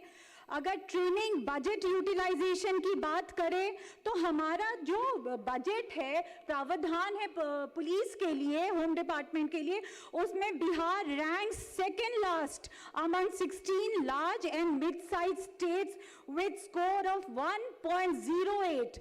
आप सोचिए हमारा कितना डिसमल परफॉर्मेंस है। Bihar ranks 11th among 18 mid and large size states in constable vacancy की बात भी करें तो उसमें 18 राज्यों में बिहार की का पोजीशन 11th है। अगर हम बिहार की बात करें तो out of 18 state Bihar rank 17th out of 18। मेरा last second last in officers vacancy in civil and DARP। Bihar rank second last in administrative staff vacancy in forensics scientific staff. जैसे हमारे एक माननीय सदस्य ने भी फोरेंसिक्स की बात की, तो scientific state vacancy in forensics Bihar, उसमें भी सेकेंड लास्ट है Bihar. Percentage of scheduled caste officers against reserved quota Bihar, उसमें भी 16th पोजीशन पे। तो कहां पे है सबका साथ और सबका विश्वास? पॉपुलेशन पर सिविल पुलिस जो हम सर्व करते हैं उसमें बिहार रैंक्स लोएस्ट, वो वो खड़ा है मेरे। और जब हम बात करते हैं जो सत्ता पक्ष के लोग हैं उसमें जी ने पता नहीं दो। माननीय उपाध्यक्ष महोदया, श्री ऋतुराज जी, सबसे पहले मैं हृदय से आभार देना चाहता हूं अपने नेता माननीय मुख्यमंत्री जी का, और साथ ही साथ मैं आसन का और एनडीए के वरिष्ठ नेतृत्व का भी आभार व्यक्त करना चाहता हूं। बिहार के महान जनता और घोषी की देवतुल्य जनता को मैं प्रणाम करना चाहता हूं कि जिन्होंने मुझे ये गौरव प्रदान किया कि आज मैं उनकी आवाज बनकर सदन के पटल पर अपनी बात को सरकार की तरफ से रख सकूं। महोदया, मगर उससे पहले मैं एक गंभीर विषय पे बोलना चाहता हूं कि सदन में सिर्फ सरकार का ही नहीं, विपक्ष का ही उतना महत्वपूर्ण योगदान होता है। और सबसे पहले यहाँ पे बैठे हुए सभी विधायकगण भी कई दिनों से ये बात जानना चाह रहे होंगे कि आज इतना महत्वपूर्ण विषय है और हमारे नेता प्रतिपक्ष कहीं गायब हैं। नेता प्रतिपक्ष कहाँ हैं? आप 2 से 3 मिनट में अपनी बात को समाप्त करें। महोदया, पिछले 20 वर्षों में आदरणीय मुख्यमंत्री जी का जो स्वर्णिम काल रहा है वो किसी से छुपा नहीं है कि बिहार के लॉ एंड ऑर्डर पे अमूलचूल परिवर्तन हुआ। ये किसी से छिपा हुआ नहीं है, क्योंकि उससे पहले बिहार की सुरक्षा व्यवस्था या तो गैर प्रशासनिक या गैर प्रशासनिक सरकारी माध्यमों से होती थी। ऐसा लगता था कि बिहार की सुरक्षा व्यवस्था पटना सचिवालय और पुलिस थानों से बाहर से चलती थी। अध्यक्ष महोदया, उपाध्यक्ष महोदया, आज मैं थोड़ा इतिहास में जाना चाहता हूं, क्योंकि समय की मांग है विपक्ष के लोगों की याददाश्त को वापस लाई जाए। हमारे प्रतिपक्ष के माननीय सदस्यों ने बहुत कुछ बोला, तो उसका उत्तर सुनने के लिए भी तैयार रहें। इनका जो इतिहास रहा है वो किसी से छुपा हुआ नहीं है। सुन लीजिए, पहले इस विचारधारा का एक हिंसक रूप में समाज को कैसा वैमनस्य फैलाया था, ये शब्दों में पिरोना आसान नहीं है। और ऐसे ही ये यहाँ नहीं रुके हैं, आज भी कई कॉलेज के कैंपसों में डफली बजाकर समाज को तोड़ने का काम कर रहे हैं। बात बात पर ये लोग आरक्षण नहीं, आपका सर आप ही कह रहे थे कि ऑर्डर होना चाहिए। माननीय सदस्य, आप थोड़ा धैर्य रखें, अपना समय में ही बात करें। आप ही कल कह रहे थे आप अपनी समय में बात करें, बोलने दिया जाए। बात बात पर ये लोग आरक्षण और योग्यता की बात करते हैं। नहीं, थोड़ा सा गंभीरता से सुनिए, जब आपकी बारी आए तो आप बोलिए। उनका सुन लीजिए, क्यों बोल रहे हैं वो भी सुन लीजिए। बात बात पर आप लोग आरक्षण और योग्यता की बात करते हैं, तो मैं उनसे पूछना चाहता हूं कि जब आपको मौका मिला था तो आपने किन लोगों को मंत्रिमंडल में बिठाया था? आज हमारे मुख्यमंत्री को जब मौका मिला तो उन्होंने अंतर्राष्ट्रीय स्तर के खिलाड़ी को मंत्री बनाया। और जब इन्हें और इनके योग्यता पे बात आती है तो 40-40 साल डफली बजाते हुए कैंपस में पीएचडी करते हैं। महोदया, मैं आपके माध्यम से ये कहना चाहता हूं कि बिहार में विकास की जो रेखा मुख्यमंत्री जी ने खींची है, आप अपने समय टिक नहीं सकते हैं। बीच में बैठ करके ना बोलिए। लोग जब विपक्ष में सरकार में थे तो एक ही शब्द पूरे बिहार में गूंजता था विकास के नाम पे, वो था काश। ना शिक्षा थी, ना सुरक्षा था, ना सड़कें थी, ना पानी था, कोई भी प्रकार की सुविधा नहीं थी महोदया इनके समय में। बीच में मत बोलिए। ये भी नहीं, आप बोलिए ना। मैं आंकड़ों की बात नहीं करता हूँ, मैंने जो महसूस किया बचपन में 90 के दशक में आप देखिए पुराने सदस्य हैं, आप क्या है कि आज विपक्ष का नाम सुनकर सदन में आज विपक्ष का नाम सुनकर वोटर्स क्यों डर जाते हैं? उनको बोलने दीजिए। कहते हैं कि कुछ भी हो जाएगा, हम इनको वोट नहीं दे सकते, हमारा रूह कांपता है। सुन लीजिए, आज तक इन्होंने एक भी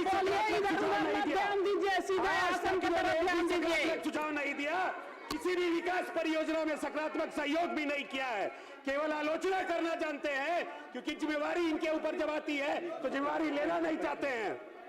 आप तो जवाब दे। 90 के दशक वाला बिहार नहीं है, ये नया बिहार है जहाँ किसान सम्मान चाहता है। आप अपनी बारी में बोलिए ना। महिला सुरक्षा चाहती है, आप अपनी बारे में बोले। जब महिलाओं को सुरक्षा और सम्मान मिलता है तो इनके पेट में दर्द होता है। ये कहते हैं कि सरकार घूस दे रही है, सरकार वोट चोर कर रही है। अरे जहानाबाद में क्या वो आपको आप गए थे? कृपया आप अपनी बात समाप्त करें, अपनी बात समाप्त करें, कृपया हल्ला मत करें, आप अपनी बात को समाप्त करिए। बैठिए शांति से। श्रीमती संगीता देवी अपनी बात को रखिए कि विचारधारा आप लोग बैठिए।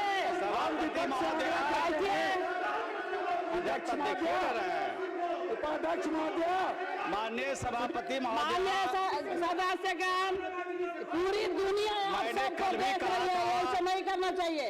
और आपको भी कह रहे हैं कि जो भी आप बात करें आसन के तरफ देखिए, इधर उधर करके हाथ उठ मत फैलाइए, इससे दोनों तरफ तर्क हो जाएगा।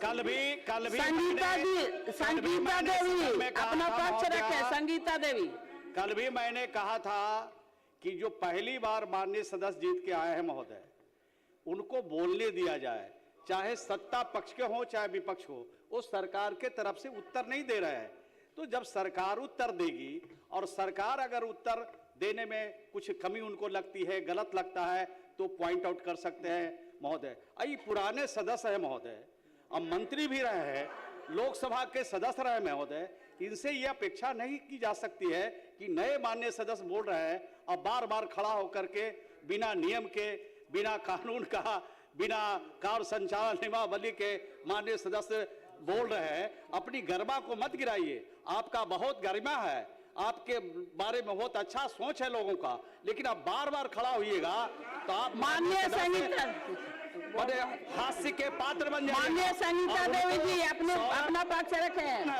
माननीय सदस्य लेकिन 2 मिनट में उठिए, आप बैठे बैठे बोलिएगा तो इस तरह के सवाल करके अपना जो ज्ञान है, अनुमति मिला है, आप खड़ा होकर बोल रहे हैं अनुमति नहीं मिला तो पुनः करना चाहते हैं, अनुमति नहीं मिला तो नहीं बोलना है। वो माननीय सदस्य को डिस्टर्ब नहीं करें, चाहे सत्ता पक्ष हो चाहे विपक्ष हो, यही अनुरोध करना। संगीता जी आप बोलिए, आपका 2 मिनट समय है। 2 मिनट।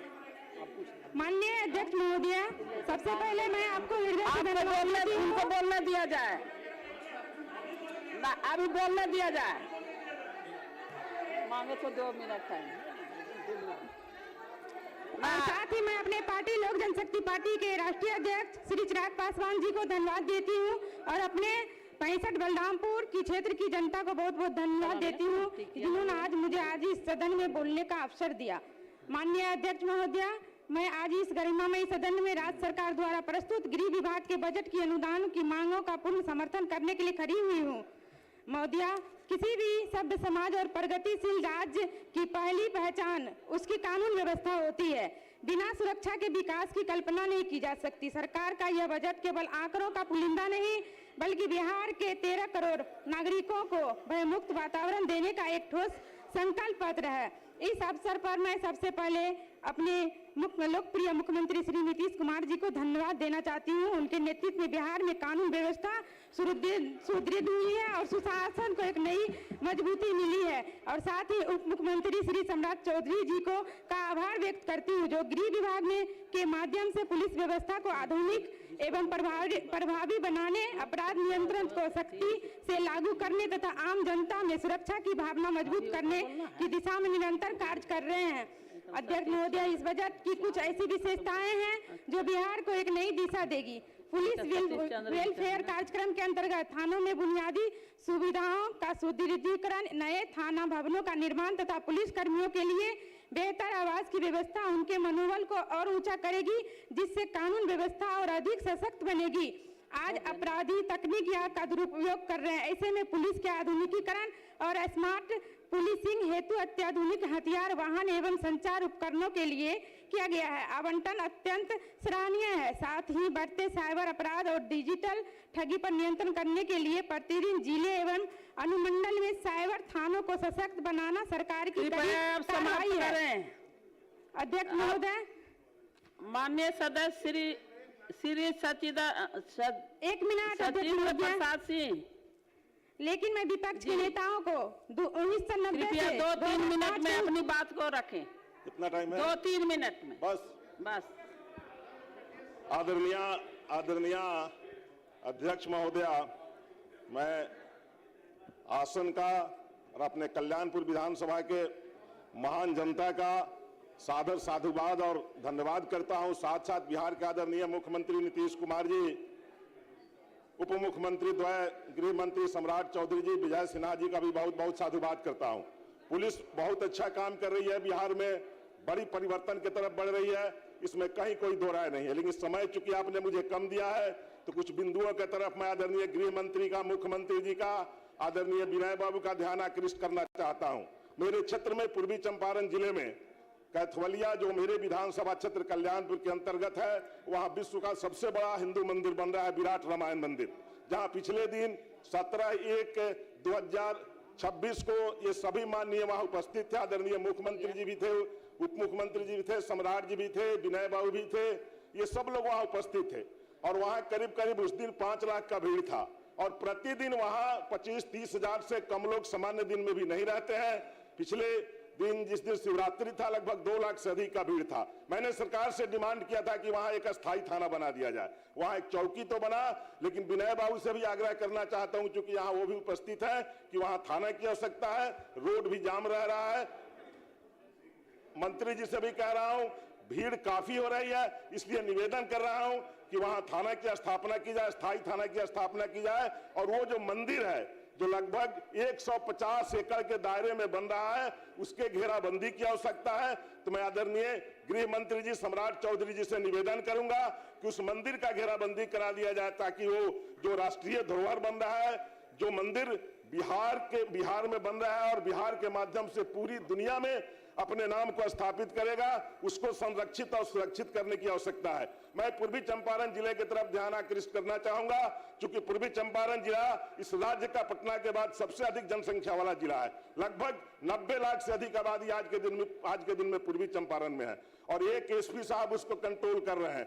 तो मैं निवेदन करूंगा गृह मंत्री जी से कि आप वहां एक सिटी एसपी और एक ग्रामीण एसपी का पद सृजित करके उस जिले को कम से कम 2 पुलिस का एसपी दीजिए, ताकि वहां के विधि व्यवस्था को संधारित करने में, बाकी भी काम करने में, थाना को कंट्रोल करने में और पब्लिक को मिलने जुलने में वहां सुविधा हो सके। महोदय, मैं पुलिस विभाग का ध्यान आकृष्ट करना चाहूंगा कि चूंकि जब हम लोग थाने में जाते हैं, मेरे अपने कल्याणपुर थाना सहित बिहार के कई थानों को जब देखते हैं, बस एक मिनट एक सुझाव देना चाहता हूं। ये थाना जो कबाड़ की स्थिति में हो गई है, आपने आदर्श थाना बना दिया है, लेकिन जो कुर्की करते हैं, जो सामान को ले आते हैं पकड़ के, गाड़ी घोड़ा रखते हैं, उसको रखने का जगह नहीं है।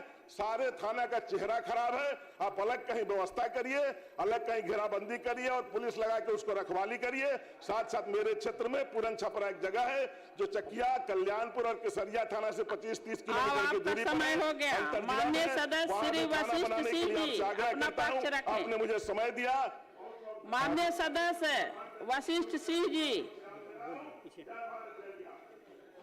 आसन का आभार प्रकट करता हूं महोदया। और कृपया आपके पास 2 से 3 मिनट समय है। अपने माननीय नेता आदरणीय नीतीश कुमार जी और उप मुख्यमंत्री महोदय का, सभी लोगों का आभार प्रकट करता हूं।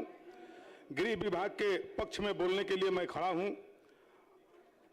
अब बिहार जब माननीय मुख्यमंत्री जी के हाथ में आया, तब से लेकर आज तक बिहार में सुशासन का राज चल रहा है, न्याय के साथ विकास हो रहा है और कानून के राज को सर्वोच्च प्राथमिकता दी जा रही है।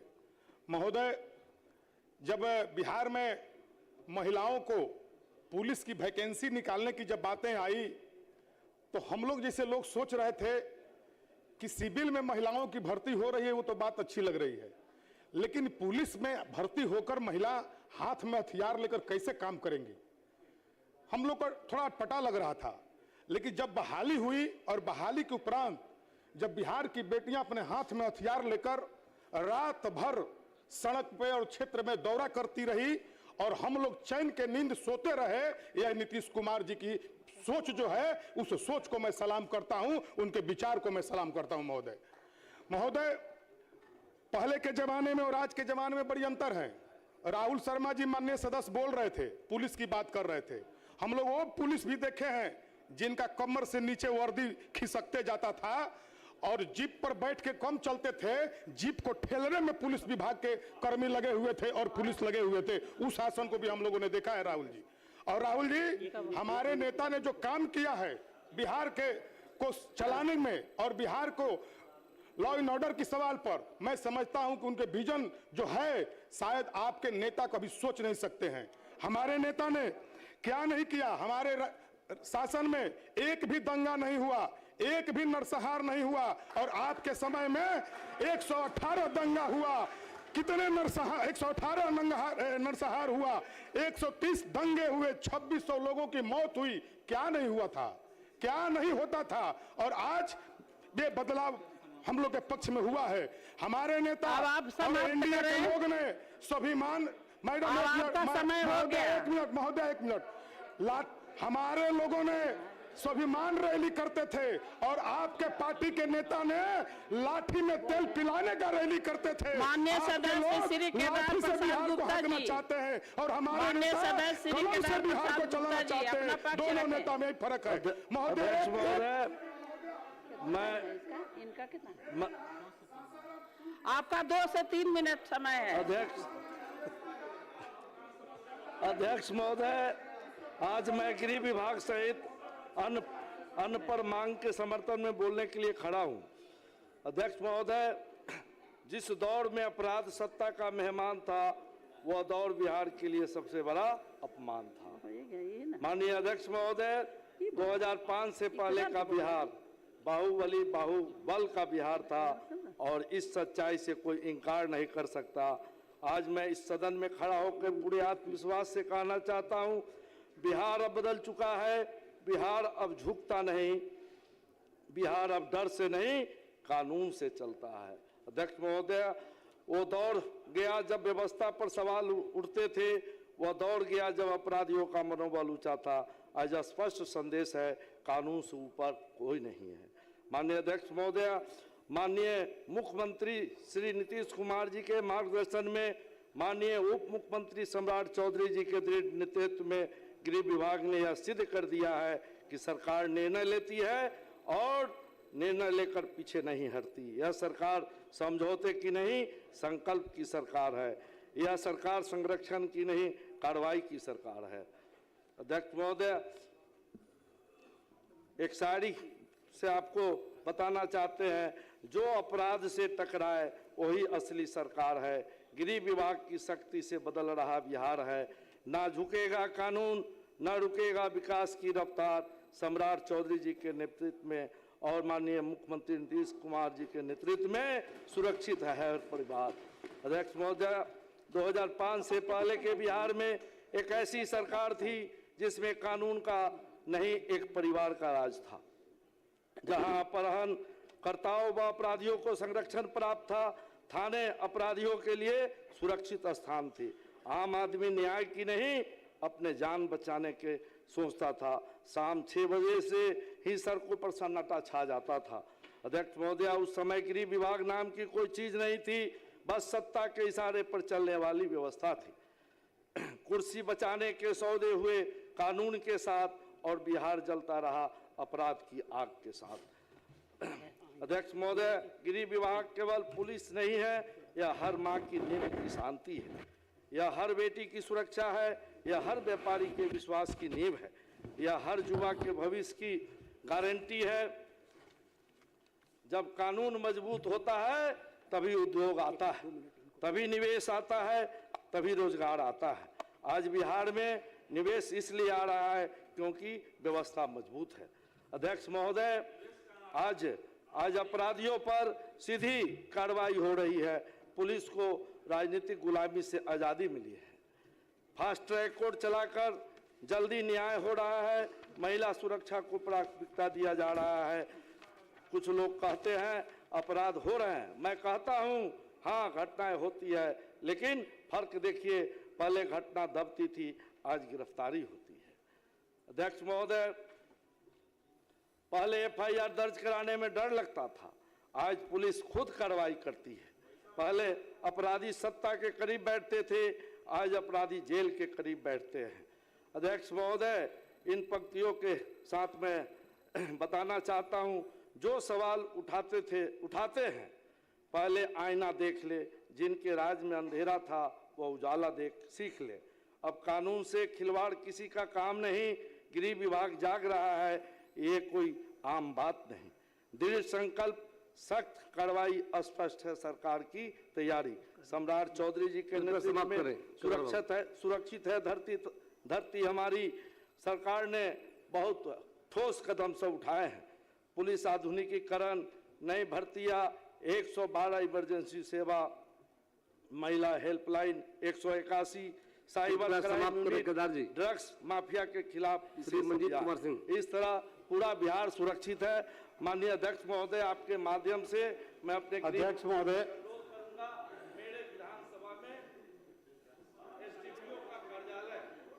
अध्यक्ष महोदय, विपक्ष के द्वारा जो सदन में कटौती का प्रस्ताव लाया गया है, कटौती प्रस्ताव के विपक्ष में हम बोलने के लिए खड़ा हुए हैं। अध्यक्ष महोदय, आदरणीय नीतीश कुमार जी के नेतृत्व में बिहार में कानून का राज स्थापित हुआ है और बिहार की सरकार ने 20 वर्षों में कीर्तिमान स्थापित किए और जो गृह विभाग का आज सदन में बजट प्रस्तुत किया गया अध्यक्ष महोदय, वह बजट ऐतिहासिक है। इस मामले में ऐतिहासिक है महोदय कि जहां गृह विभाग का बजट 2004-05 में मात्र 2642 करोड़ था महोदय, आज आदरणीय नीतीश कुमार जी, माननीय सम्राट चौधरी जी और वित्त मंत्री जी के नेतृत्व में 2026-27 में गृह विभाग का बजट महोदय 20,132 करोड़ 86,59,000 हो गया है महोदय, जो पिछले वर्षों के तुलना में लगभग 13% के आसपास गृह विभाग के बजट में सरकार ने वृद्धि करने का काम किया है। अध्यक्ष महोदय, आदरणीय नीतीश कुमार जी लगातार बिहार में न्याय यात्रा करते रहे और न्याय यात्रा करने का मकसद क्या था महोदय कि एक समय बिहार के अंदर जंगल राज था और आदरणीय नीतीश कुमार जी ने उस जंगल राज के समाप्ति के लिए राज्य के हर जिले में गए और उसका मकसद था बिहार को भयमुक्त वातावरण से बिहार की जनता को बचाना था। अध्यक्ष महोदय, हम आभार प्रकट करते हैं अपने नेता नीतीश कुमार जी के प्रति, जिन्होंने न्याय यात्रा के माध्यम से बिहार में की जनता का विश्वास उन्होंने जीतने का काम किया और बिहार की जनता को भी आभार प्रकट करते हैं कि 24 नवंबर 2025 को आदरणीय नीतीश कुमार जी के नेतृत्व में एनडीए की सरकार बनी और नीतीश कुमार जी ने एक संकल्प लिया था इस बिहार के अंदर और उन्होंने कहा कि हम न्याय के साथ विकास करेंगे, बिहार में कानून का राज स्थापित करेंगे और सुशासन के साथ हम शासन स्थापित करके बिहार के लोगों को न्याय दिलाने का काम करेंगे। अध्यक्ष महोदय, लगातार 20 वर्षों से आदरणीय नीतीश कुमार जी के नेतृत्व में बिहार तेजी से आगे की ओर बढ़ रहा है।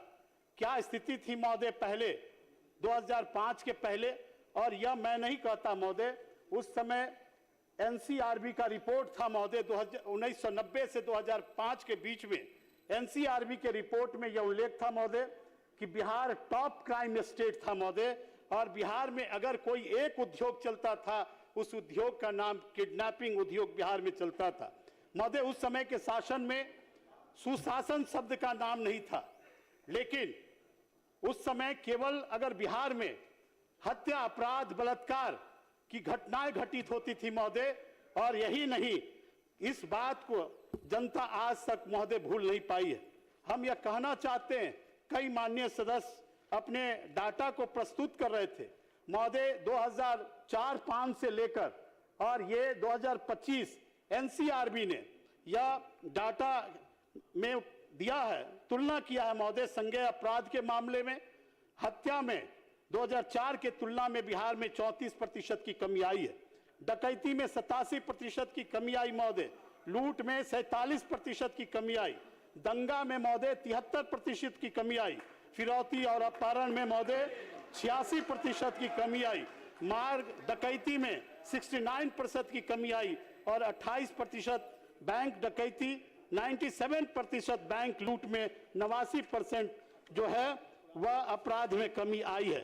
महोदय, एक बिहार में राष्ट्रीय जनता दल के समय में अध्यक्ष महोदय मात्र 42,000 पुलिस की बहाली हुई थी महोदय, और उस समय अपराधी पर कोई नियंत्रण सरकार का नहीं था महोदय। लेकिन हमारे नेता आदरणीय नीतीश कुमार जी जब सत्ता में आए महोदय, जहां बिहार में 42,000 पुलिसों की संख्या थी, वहां 1,10,000 नियुक्ति उन्होंने किया है और 2,29,000 नियुक्ति करने की हमारी सरकार की मानसा है।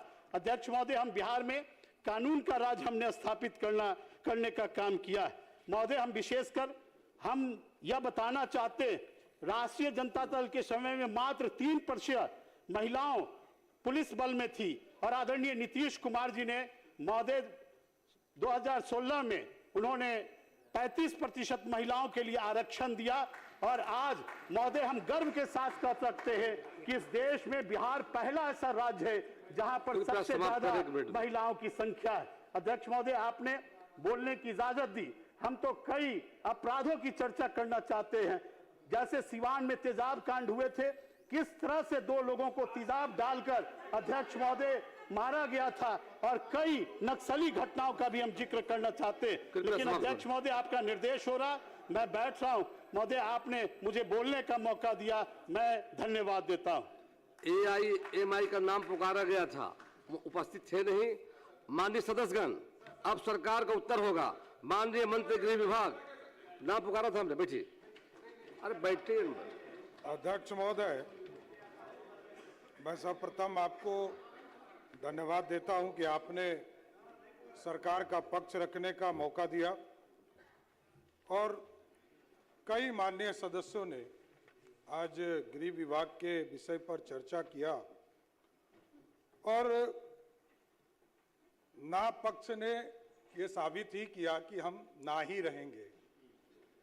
लेकिन मैं राजद को धन्यवाद देता हूं, जो विजय बाबू ने कहा कि राष्ट्रीय जनता दल जो रोज ट्वीट करती है, सुबह होइएगा तो पहला ट्वीट राष्ट्रीय जनता दल यही करती है, और इतने गंभीर मुद्दों पर कोई कटौती प्रस्ताव तक नहीं दिया। इससे बड़ा शर्म की बात कुछ हो ही नहीं सकती है राजद के लिए। और आप सोचिए कि जिस तरह बिहार में लगातार आज नीतीश कुमार जी के नेतृत्व में पिछले 20 वर्षों में बिहार में सुशासन स्थापित हुआ, बिहार आगे बढ़ा, बिहार की व्यवस्था बदली, और आज पुलिसिंग के साथ साथ जनता के सहयोग के लिए भी पुलिस खड़ी है। और आप देखिए अध्यक्ष महोदय कि लगातार 112 की चर्चा लगातार कई माननीय सदस्यों ने किया।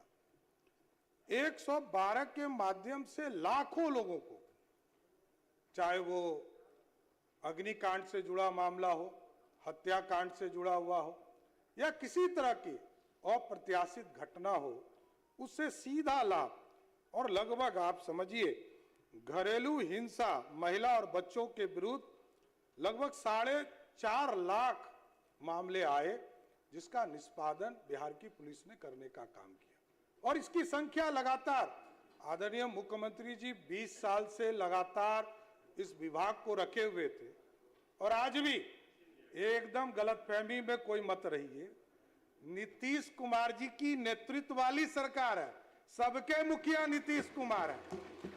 दायित्व जरूर बदलता है, हमारा दायित्व जरूर बदल गया कि मैं वित्त मंत्री से गृह मंत्री हो गया, लेकिन नेता नीतीश कुमार है।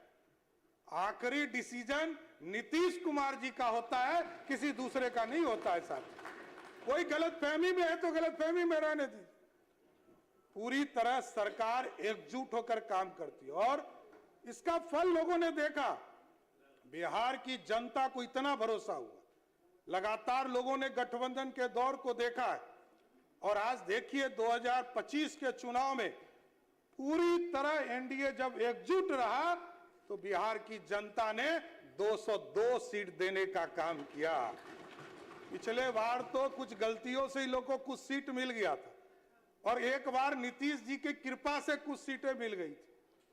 मैं जानता हूं ये लोग तो 22 पर थे, मैं 22 का भी सदस्य रहा हूं और मैं जानता हूं और इनके नेता लालू प्रसाद जी को भी पूर्ण रूप से जानता हूं, कोई गलतफहमी में मत रहिएगा। बिहार की जनता सबको जानती है।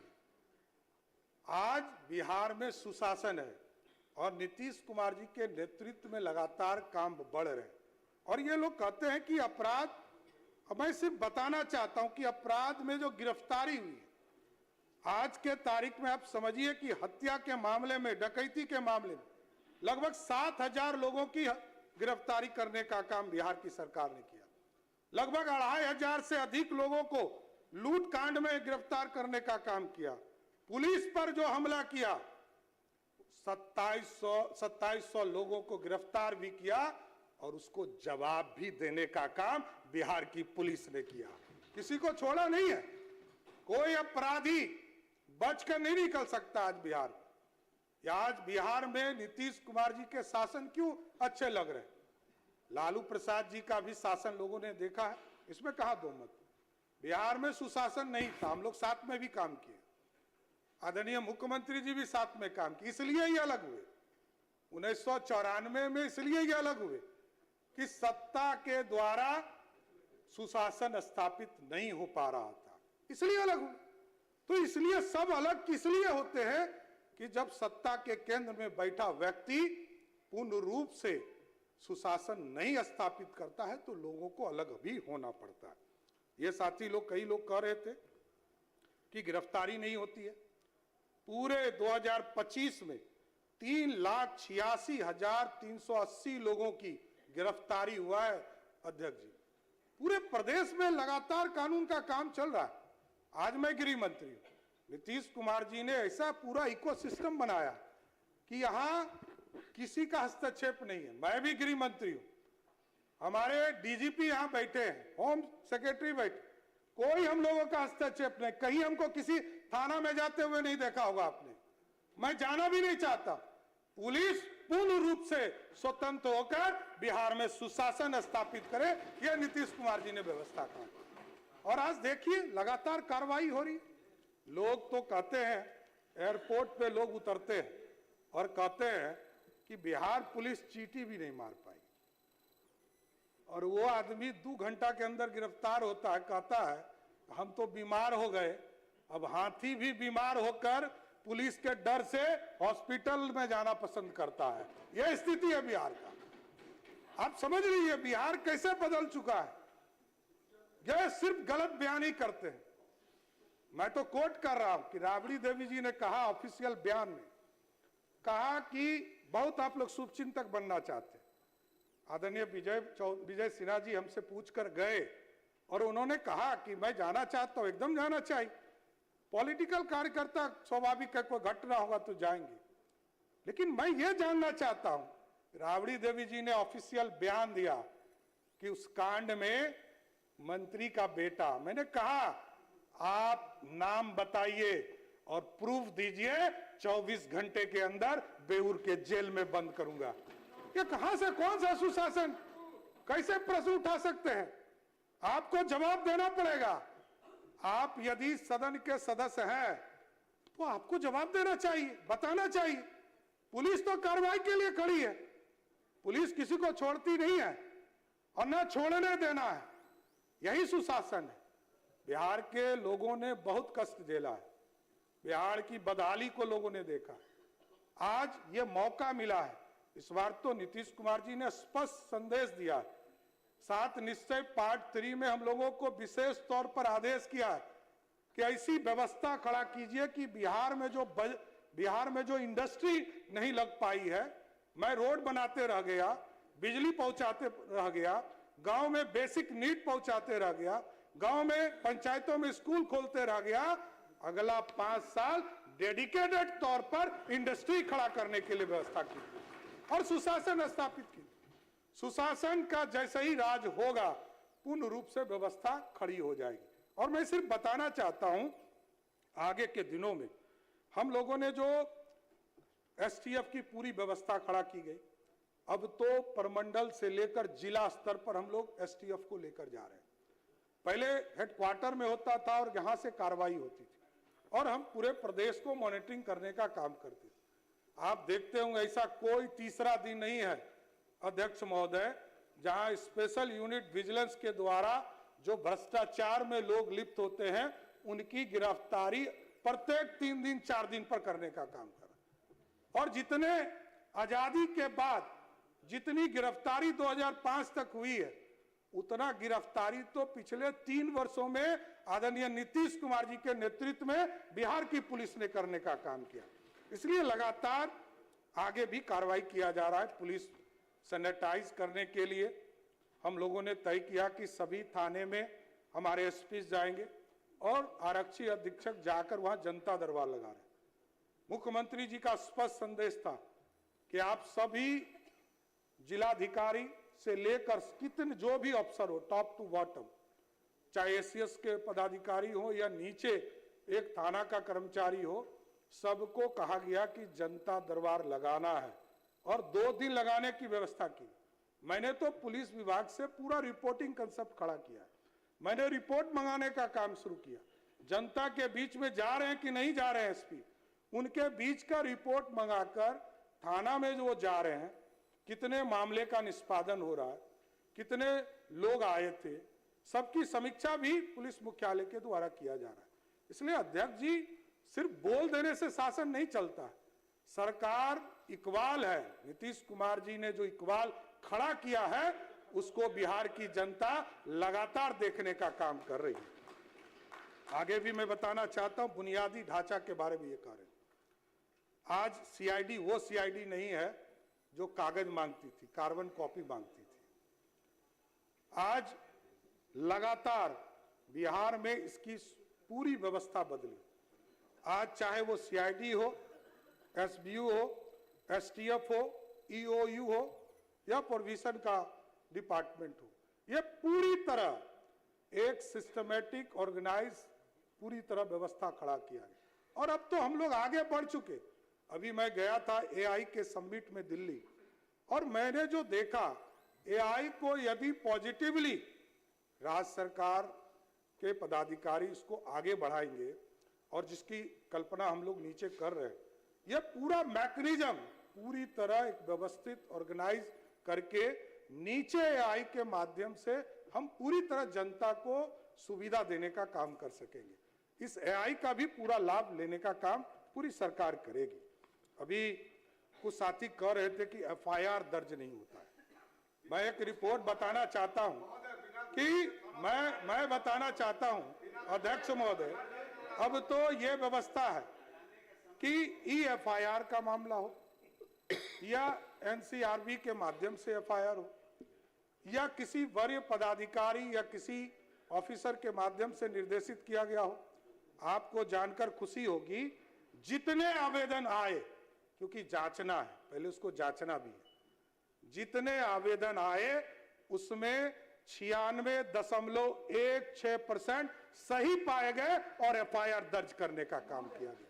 यह स्पष्ट है, लगातार काम किया जा रहा है। लोग चिंता करते हैं। आज के तारीख में बातों को आज आपको मौका मिला था ना, अब जारी जिन लोगों ने कभी काम ही नहीं किया उनको चिंता है। आज आपको समय दिया गया था, अपनी बातों को रखा पूरी तरह। कृपया बैठ जाए, शांति बनाए रखें।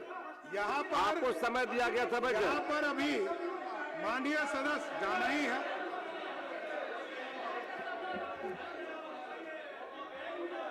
अब माननीय सदस्य इन लोगों को जाना ही है सर, क्योंकि इन लोगों कोई गंभीर नहीं है, जनता के लिए कोई गंभीर नहीं है। ये लोग शासन विरोधी हैं, सत्ता का दुरुपयोग करने वाले लोग हैं। बिहार की जनता जानती है, ये लोग सिर्फ बाहर में बोलेंगे, यहाँ पॉइंट टू पॉइंट जवाब देने के लिए तैयार नहीं है। आज ये जान लीजिए सर, आज लगातार जो स्थिति है, ये लोग कह रहे थे कि हम जाते हैं अपने क्षेत्रों में तो लोग कहते हैं कि पुलिस वाले के लिए कोई व्यवस्था खड़ी नहीं है। मैं सिर्फ बताना चाहता हूं अध्यक्ष महोदय, अभी भी आवासन के लिए मुख्यमंत्री जी के निर्देश के बाद लगभग 27,000 लोगों के लिए जो सिपाही हमारे साथी हैं उनके लिए 618 भवन बनाने का काम थाना में किया गया।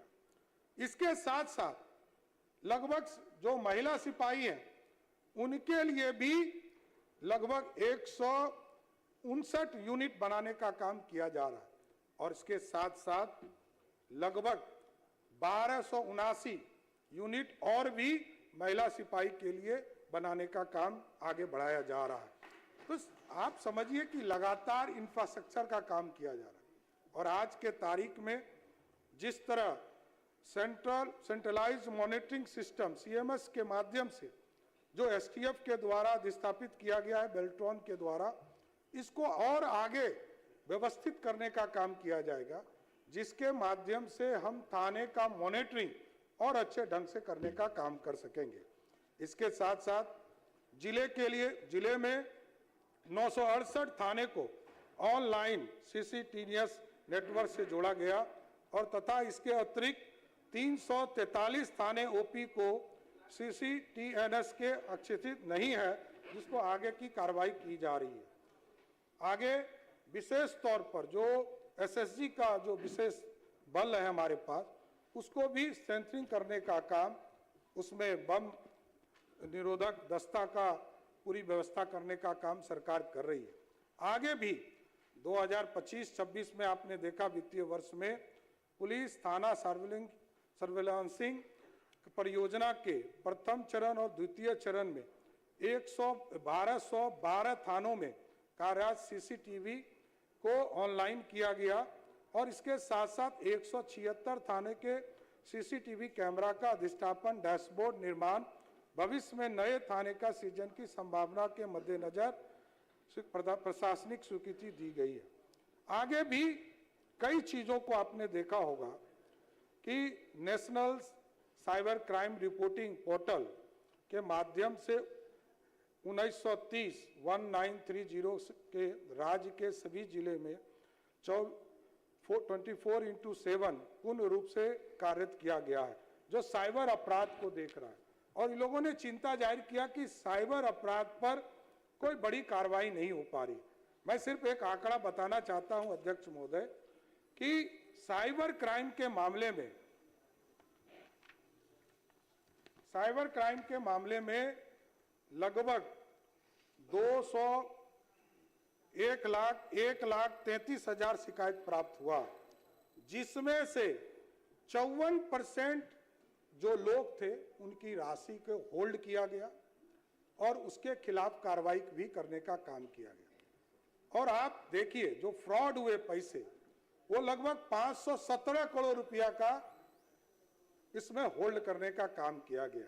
उसमें से कई लोगों को इसका पैसा भी रिसीव करा दिया गया और आगे इसकी कार्रवाई चल रही है। लेकिन आप देखेंगे कई लोगों ने ये चिंता किया कि आगे कार्रवाई और कैसे बढ़ते रहे। हम लोगों ने साइबर अपराध के बाद अभी सोशल मीडिया पर भी इसको आगे बढ़ाने का काम किया है, इसकी भी मॉनिटरिंग करने का काम शुरू किया गया। लेकिन क्षमता निर्माण और कौशल विकास, इसके लिए लगातार ट्रेनिंग का काम लगातार बिहार की पुलिस कर रही है।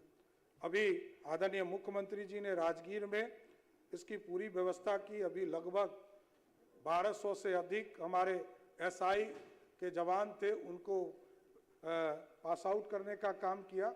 और आगे भी जो लोग जिस भी मामले में ट्रेनिंग लेना चाहते हैं, जो पुलिस के सेक्टर हैं, चाहे वो साइबर अपराध हो, चाहे वो कौशल विकास का मामला हो या क्षमता निर्माण का मामला हो, इसको आगे बढ़ाने का काम किया जा रहा है। इसलिए आगे हम लोग इसको आगे बढ़ाने का काम करेंगे। अभी सबसे बड़ा है कि फॉरेंसिक लैब, ये सभी जिले में देने का काम आदरणीय मुख्यमंत्री जी ने किया है। और अब तो चलंत फॉरेंसिक लैब के तौर पर हमारा प्रत्येक जिला यूनिट पर हमारी गाड़ी उपलब्ध है। कहीं कोई घटना घटती है, तुरंत हमारी पुलिस वहां पर एफएसएल की टीम को लेकर उसके पूरे चीज़ों को रिपोर्टिंग करने का काम करती है। अभी 2 दिन पहले जो अंतिम हमारे यहाँ उग्रवादी के तौर पर हमारे यहाँ थे, उस अपराधी को पकड़कर उनके जो हथियार थे उनको सीज किया गया और आज 143 इनामी उग्रवादी अपराधी कर्मी थे जिनको गिरफ्तार किया गया। उसमें लगभग 2722 कारतूस बरामद किए गए, 174 डेटोनेटर बरामद किए गए, 135 बारूदी सुरंग के जो कैन थे, बम थे, उसको बरामद किए गए। आज मैं ये घोषणा कर सकता हूं बिहार विधानसभा के अंदर, अब बिहार में कोई नक्सलिज्म, कोई नक्सलिज्म का अपराधी नहीं बचा।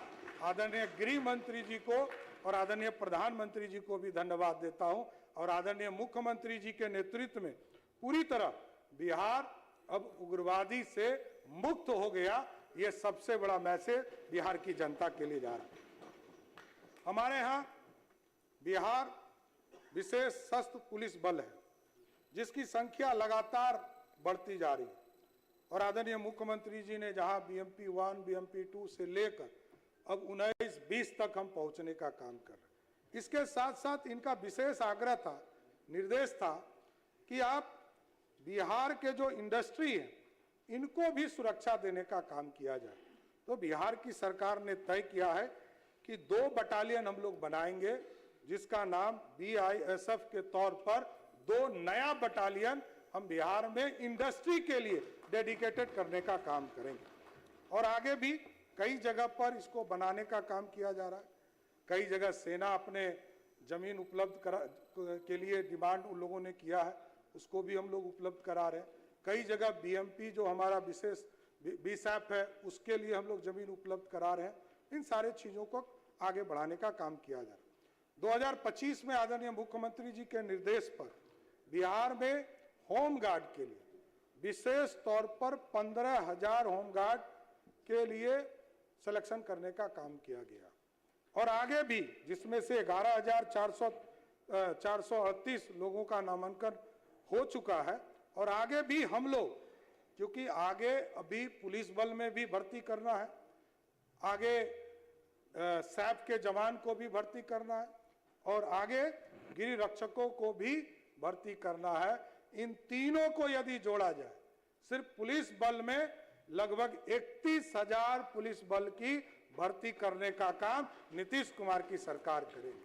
और इस बार सैप के जवान में, जो सैप के जवान हम लोग प्रयोग करते थे विशेष तौर पर नक्सल के इलाके में, इस बार हम लोगों ने उसमें भी मॉडिफाई करने का काम किया कि इस बार जो हमारे पारा मिलिट्री के फोर्सेस हैं, क्योंकि 17,000 लोग नहीं मिल पाते थे, तो पुलिस मुख्यालय का आग्रह था कि सरकार इस पर निर्णय ले।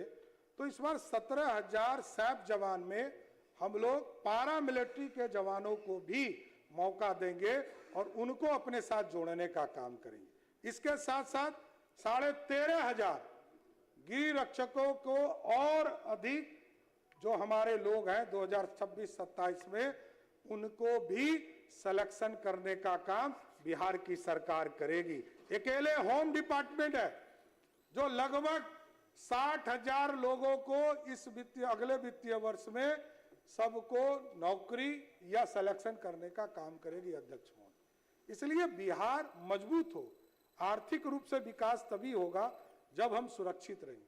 और होमगार्ड के लोगों का लगातार चिंता रहता था कि हमारा तनख्वाह बहुत कम है, नीतीश कुमार जी ने उसको भी बढ़ाने का काम किया। जहां मात्र 774 रुपया उनको प्राप्त होता था, आज नीतीश कुमार जी ने उसको बढ़ाकर 1121 रुपया करने का काम नीतीश कुमार की सरकार ने किया। इसके साथ साथ कई जगह पर इसके लिए समदस्ता कार्यालय का नए भवन बनाने का काम किया जा रहा है, इसको आगे बढ़ाने का काम किया जाएगा। सबसे बड़ी चिंता रहती थी फायर। ये जो मार्च और अप्रैल मई के महीने होते हैं, इसमें सबसे ज़्यादा अग्निकांड की संभावना होती रहती है तो इसके लिए भी आदरणीय मुख्यमंत्री जी ने कई जगह पर इसकी पूरी व्यवस्था खड़ा किया। लगभग 45 अनुमंडल में इसके लिए ऑफिसर प्रतिनियुक्त किए गए, 19 जिले में इसकी व्यवस्था की गई, ये पूरी संरचना खड़ा किया।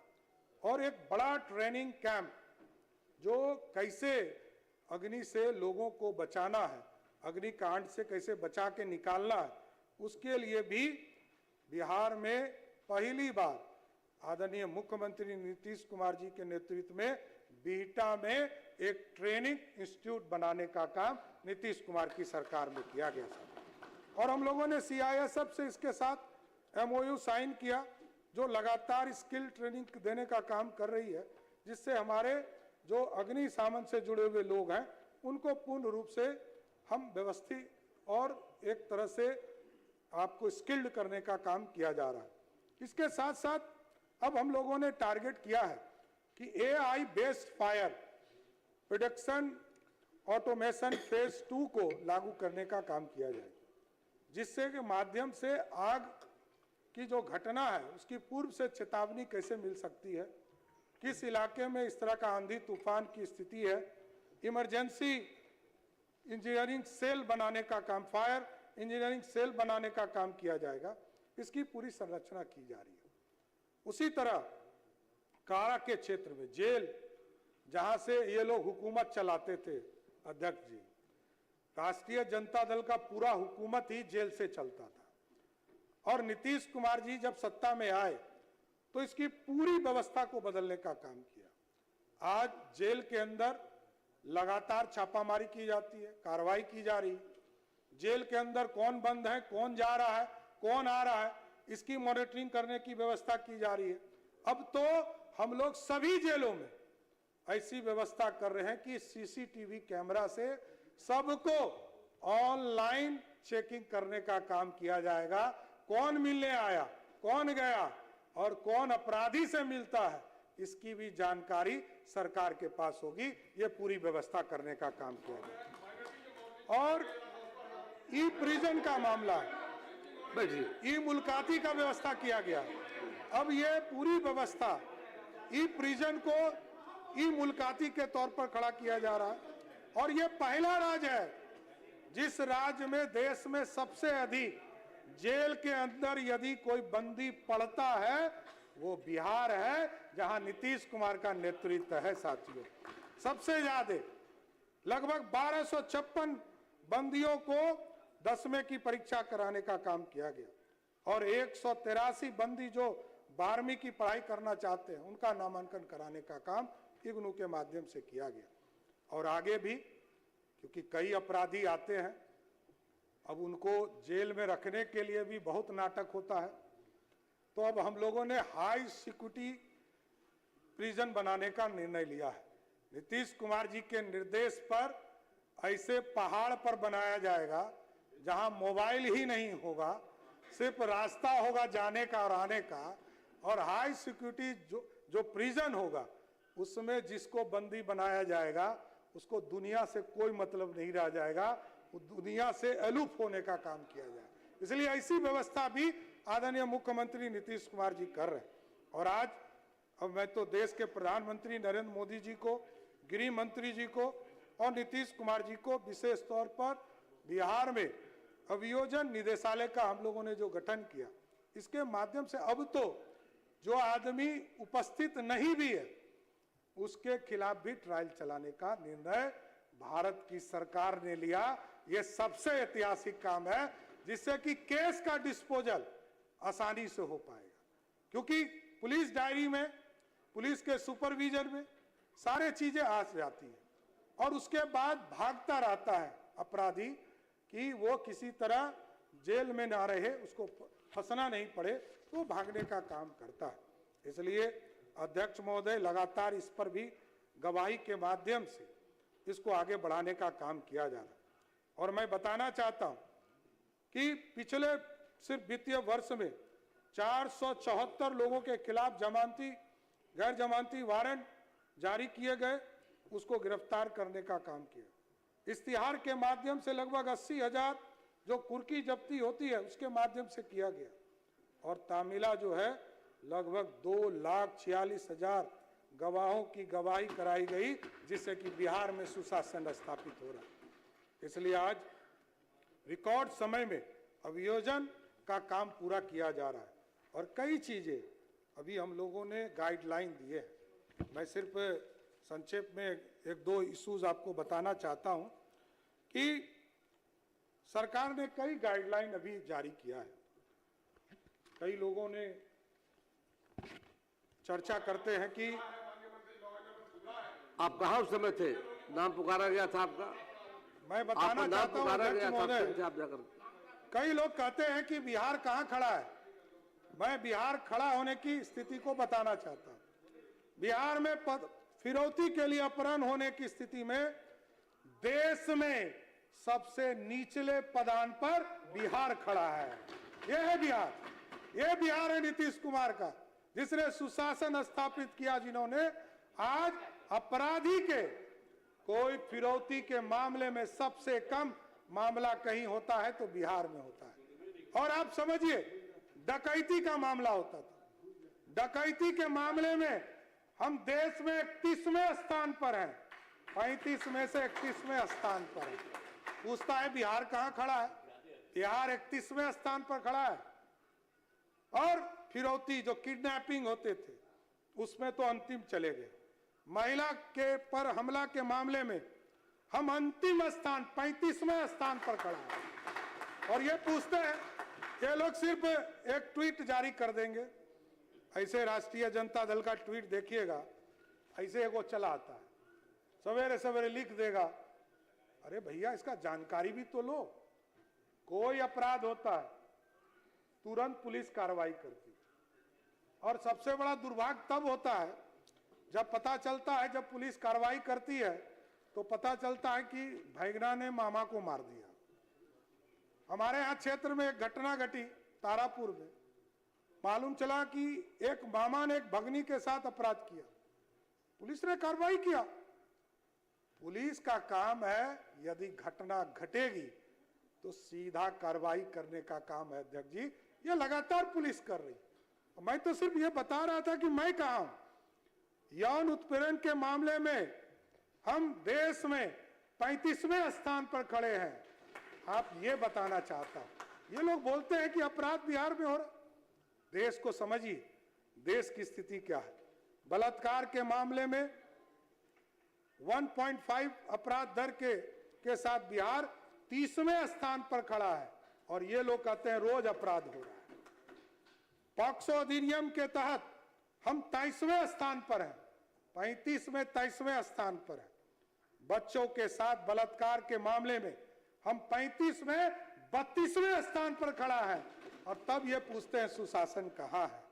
हत्या के मामले में हम देश में 11वें स्थान पर खड़े हैं, जबकि हमारी आबादी कई राज्यों को मिलने के बाद पूरे 7 सिस्टर को मिला दीजिएगा तब भी हमारी आबादी उन पर भारी पड़ेगी। ये स्थिति है, तब भी हम 11वें स्थान पर खड़े हैं। आज डकैती के मामले में 7वें स्थान पर है। उसी तरह बिहार में अपराध रंगदारी के मामले में हम आपको बताने का काम किया। इसके साथ साथ अध्यक्ष जी, हम लोगों ने कई और मामले आपको बताना चाहता हूं। अभी एक नीट छात्रा का मामला हुआ, उसमें भी हम लोगों ने तुरंत, जब पुलिस ने कार्रवाई किया, यहाँ से लेकर जहानाबाद तक कार्रवाई किया, सब लोगों के एविडेंस को कलेक्ट किया। और जब लोगों को ये लगा कि हम पुलिस की जांच से संतुष्ट नहीं, तो आदरणीय मुख्यमंत्री जी ने कहा कि इसको सीबीआई को दे देना। हम लोगों ने तुरंत सीबीआई को दिया, जिससे कि दूध का दूध और पानी का पानी कर सके, एजेंसी को तय करने का अधिकार दिया। हम लोग बचाना नहीं है, किसी को बचाया नहीं जा सकता। उसी के लिए हम लोगों ने गाइडलाइन जारी किया। अभी जो हॉस्टल के प्रबंधक हैं, उनके लिए भी पूरे प्रदेश में हम लोगों ने गाइडलाइन देने का काम किया। कैसे रखना है, सीसीटीवी रखना है, कैमरा लगाना है। उसी तरह कई लोग शिकायत करते थे कि गाना बजता है, दो अर्थी होती है, उस पर निर्देश देने का काम बिहार की पुलिस ने किया। और इसके साथ साथ जो बिहार में लगातार कार्रवाई करने का काम किया जा रहा है तो लगातार करने का काम किया जा रहा है। मैं सिर्फ एक जानकारी दे देता हूं कि कुछ नए चीज हम लोग करने वाले हैं। अभी जब हम गृह मंत्री के तौर पर काम करना शुरू किए और मुख्यमंत्री जी का लगातार निर्देश रहता है कि पुलिस में महिलाओं की भागीदारी को आगे बढ़ाइए, महिलाओं के काम आगे दीजिए और महिलाओं की सुरक्षा की चिंता कीजिए, तो बिहार पुलिस ने एक व्यवस्था खड़ा किया कि हम अभिया ब्रिगेड, जिसको पुलिस दीदी के तौर पर गठन करेंगे, जिससे कि पूरे बिहार में जितने स्कूल और कॉलेज हैं लगभग 1500 स्कूटी खरीदने का काम किया जा रहा है और लगभग 2500 हम मोटरसाइकिल इससे खरीदेंगे जो स्कूल कॉलेज की पूरी तरह सुरक्षा करने का काम है। उसी तरह बिहार में नेशनल फॉरेंसिक साइंस विश्वविद्यालय के लिए केंद्र से हम लोगों को सहयोग मिलेगा और बिहार की सरकार सहयोग करके बिहार में स्थापना करने का काम करे। उसी तरह हाई सिक्योरिटी जेल हमने बताया और भागलपुर में एक नए मुक्ति कारागार का निर्माण बिहार की सरकार कराएगा, इसको भी आगे बढ़ाने का काम किया जाएगा। इसके साथ साथ दो महत्वपूर्ण चीज पुलिस के लिए, दो महत्वपूर्ण काम हम लोग करने जा रहे हैं। एक, सभी पुलिस लाइन में आदरणीय मुख्यमंत्री जी ने पटना जिला के पुलिस लाइन में जीविका दीदी के माध्यम से रसोई घर शुरू किया है, जो मात्र 60 रुपया में उनको खाना उपलब्ध कराने का काम कर रही है। कोई टेंशन नहीं बनाना कैसे है, उनको सीधा उपलब्ध कराने का काम कर। तो ये सभी पुलिस लाइन जो हमारे 40 पुलिस लाइन है, सभी जगह हम ट्रेनिंग कैंप में तो चला रहे, हमारा जहाँ जहाँ ट्रेनिंग होता है वहाँ हमारे ये काम चल रहे हैं। रसोई दीदी, जीविका दीदी इस काम को आगे बढ़ाए, लेकिन इसको और विस्तृत करते हुए सभी पुलिस लाइन में हम बढ़ाएंगे। और इसके साथ साथ जो सभी पुलिस लाइन है उनके बच्चे, जो पुलिस वाले के बच्चे हैं, उनको पढ़ने के लिए इधर उधर भटकने की जरूरत नहीं है। सभी पुलिस लाइन में एक एक स्कूल खोलने का काम बिहार की सरकार करेगी। और इसके साथ साथ जो अग्निवीर हैं, जो भारत की सरकार के द्वारा, हाँ बस कर, अग्निवीर में जो लोग आएंगे हमारे पास, उनके लिए भी पूरी व्यवस्था हम लोग करेंगे और हम लोग उनको भी एक आरक्षण के तहत जो एक कैटेगरी में रिलैक्सेशन हो सकता है उसको देने का काम करेंगे। अब मैं आग्रह करूंगा, जो माननीय साथी सतीश जी हैं, इतना महत्वपूर्ण विषय है, बिहार में सुशासन चाहिए और बिहार में सुशासन के लिए राशि की जरूरत है, तो आपने जो कटौती का प्रस्ताव दिया है उसको वापस ले और सभी साथियों से आग्रह करूंगा कि गृह विभाग के मांग को आप पारित करने की कृपा करें। माननीय सदस्यगण, अब सरकार का उत्तर समाप्त हुआ। क्या माननीय सदस्य सतीश कुमार सिंह यादव अपना कटौती प्रस्ताव वापस लेना चाहते हैं? प्रश्न यह है, इस शीर्षक की मांग 10 रुपये घटाई जाए। जो इस प्रस्ताव के पक्ष में हाँ कहें, जो इस प्रस्ताव के पक्ष में ना कहें। मैं समझता हूं विपक्ष में बहुमत है, विपक्ष में बहुमत है, यह प्रस्ताव अस्वीकृत हुआ। अब मैं मूल प्रस्ताव को लेता हूं। प्रश्न यह है कि गृह विभाग के संबंध में 31 मार्च 2027 को समाप्त होने वाले वर्ष के भीतर भुगतान के दौरान जो व्यय होगा उसकी पूर्ति के लिए 20,132 करोड़ 86,69,000 रुपये से अधिक राशि प्रदान की जाए। जो इस प्रस्ताव के पक्ष में हाँ कहें, जो इस प्रस्ताव के पक्ष में ना कहें। मैं समझता हूं कि पक्ष में बहुमत है, पक्ष में बहुमत है, यह प्रस्ताव स्वीकृत हुआ, मांग स्वीकृत हुई। माननीय सदस्यगण, अब शेष अनुदानों की मांग गिलोटिन के माध्यम से ली जाएगी। प्रश्न यह है कि 31 मार्च 2027 को समाप्त होने वाले वर्ष के भीतर भुगतान के दौरान जो व्यय होगा उसकी पूर्ति के लिए मांग संख्या 1 कृषि विभाग के संबंध में 3,446 करोड़ 45,26,000 रुपये। मांग संख्या 2 डेयरी, मत्स्य एवं पशु संसाधन विभाग के संबंध में 1,915 करोड़ 96,81,000 रुपये। मांग संख्या 3 भवन निर्माण विभाग के संबंध में 6,153 करोड़ 71,74,000 रुपये। मांग संख्या 4 मंत्रिमंडल सचिवालय विभाग के संबंध में 370 करोड़ 50,53,000 रुपये।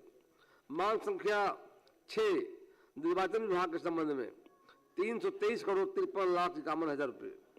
मांग संख्या 7 निगरानी विभाग के संबंध में 63 करोड़ 73,44,000 रुपये। मांग संख्या 8 कला एवं संस्कृति विभाग के संबंध में 187 करोड़ 55,18,000। मांग संख्या 9 सहकारिता विभाग के संबंध में 1,201 करोड़ 41,16,000। मांग संख्या 10 ऊर्जा विभाग के संबंध में 18,731 करोड़ 5,68,000। मांग संख्या 11 पिछड़ा वर्ग पिछड़ा कल्याण विभाग के संबंध में 1,749 करोड़ 43,88,000 रुपये। मांग संख्या 12 वित्त विभाग के संबंध में 1,541 करोड़ 36,83,000। मांग संख्या 15 पेंशन के संबंध में 35,140 करोड़ 33,59,000। मांग संख्या 16 पंचायती राज विभाग के संबंध में 10,995 करोड़ 50,82,000। मांग संख्या 17 वाणिज्यकर विभाग के संबंध में 276 करोड़ 59,01,000। मांग संख्या 18 खाद्य एवं उपभोक्ता संरक्षण विभाग के संबंध में 1,195 करोड़ 18,55,000। मांग संख्या 19 पर्यावरण वन एवं जलवायु परिवर्तन विभाग के संबंध में 1,075 करोड़ 39,60,000। मांग संख्या 23 उद्योग विभाग के संबंध में 3,337 करोड़ 63,69,000। मांग संख्या 24 सूचना एवं जनसंपर्क विभाग के संबंध में 280 करोड़ 13,39,000। मांग संख्या 25 सूचना प्रावैधिकी विभाग के संबंध में 290 करोड़ 43,53,000।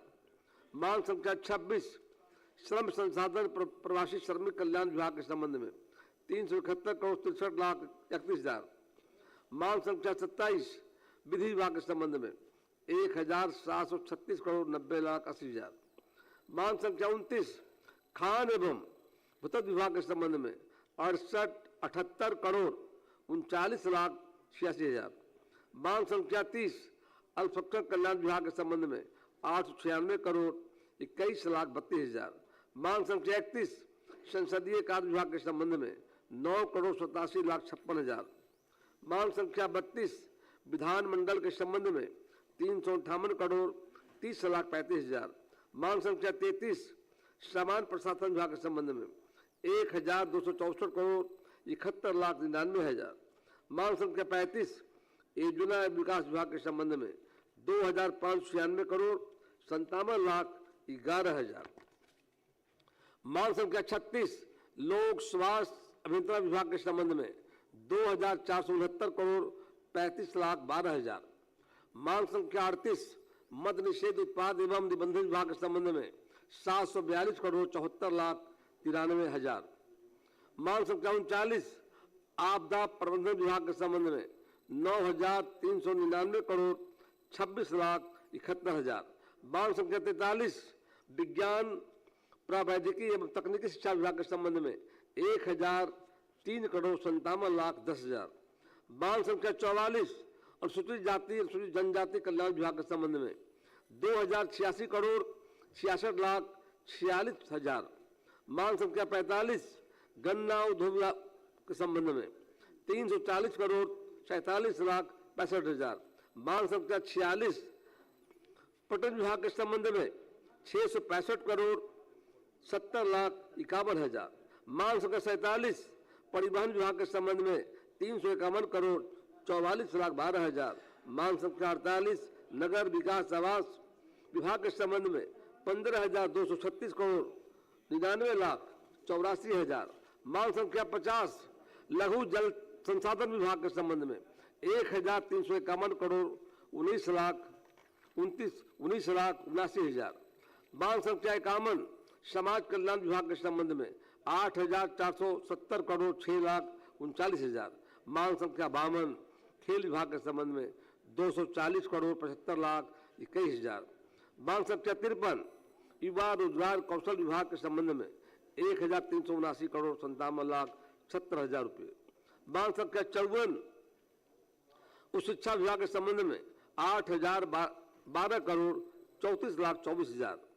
मांग संख्या 55 सिविल विमानन विभाग के संबंध में 698 करोड़ 47,94,000 रुपये से अधिक राशि प्रदान की जाए। जो इस प्रस्ताव के पक्ष में हाँ कहें, जो इस प्रस्ताव के पक्ष में ना कहें। मैं समझता हूं कि पक्ष में बहुमत है, पक्ष में बहुमत है। यह प्रस्ताव स्वीकृत हुआ, सभी मांगें स्वीकृत हुई। माननीय सदस्यगण, आज दिनांक 20 फरवरी 26 के लिए स्वीकृत निवेदनों की संख्या 54 है। अगर सदन की सहमति हो तो उन्हें संबंधित विभाग को भेज दिया जाए। अब सभा की कार्रवाई सोमवार दिनांक 23 फरवरी 2026 को 11 बजे पूर्वाह्न तक के लिए स्थगित की जाती है।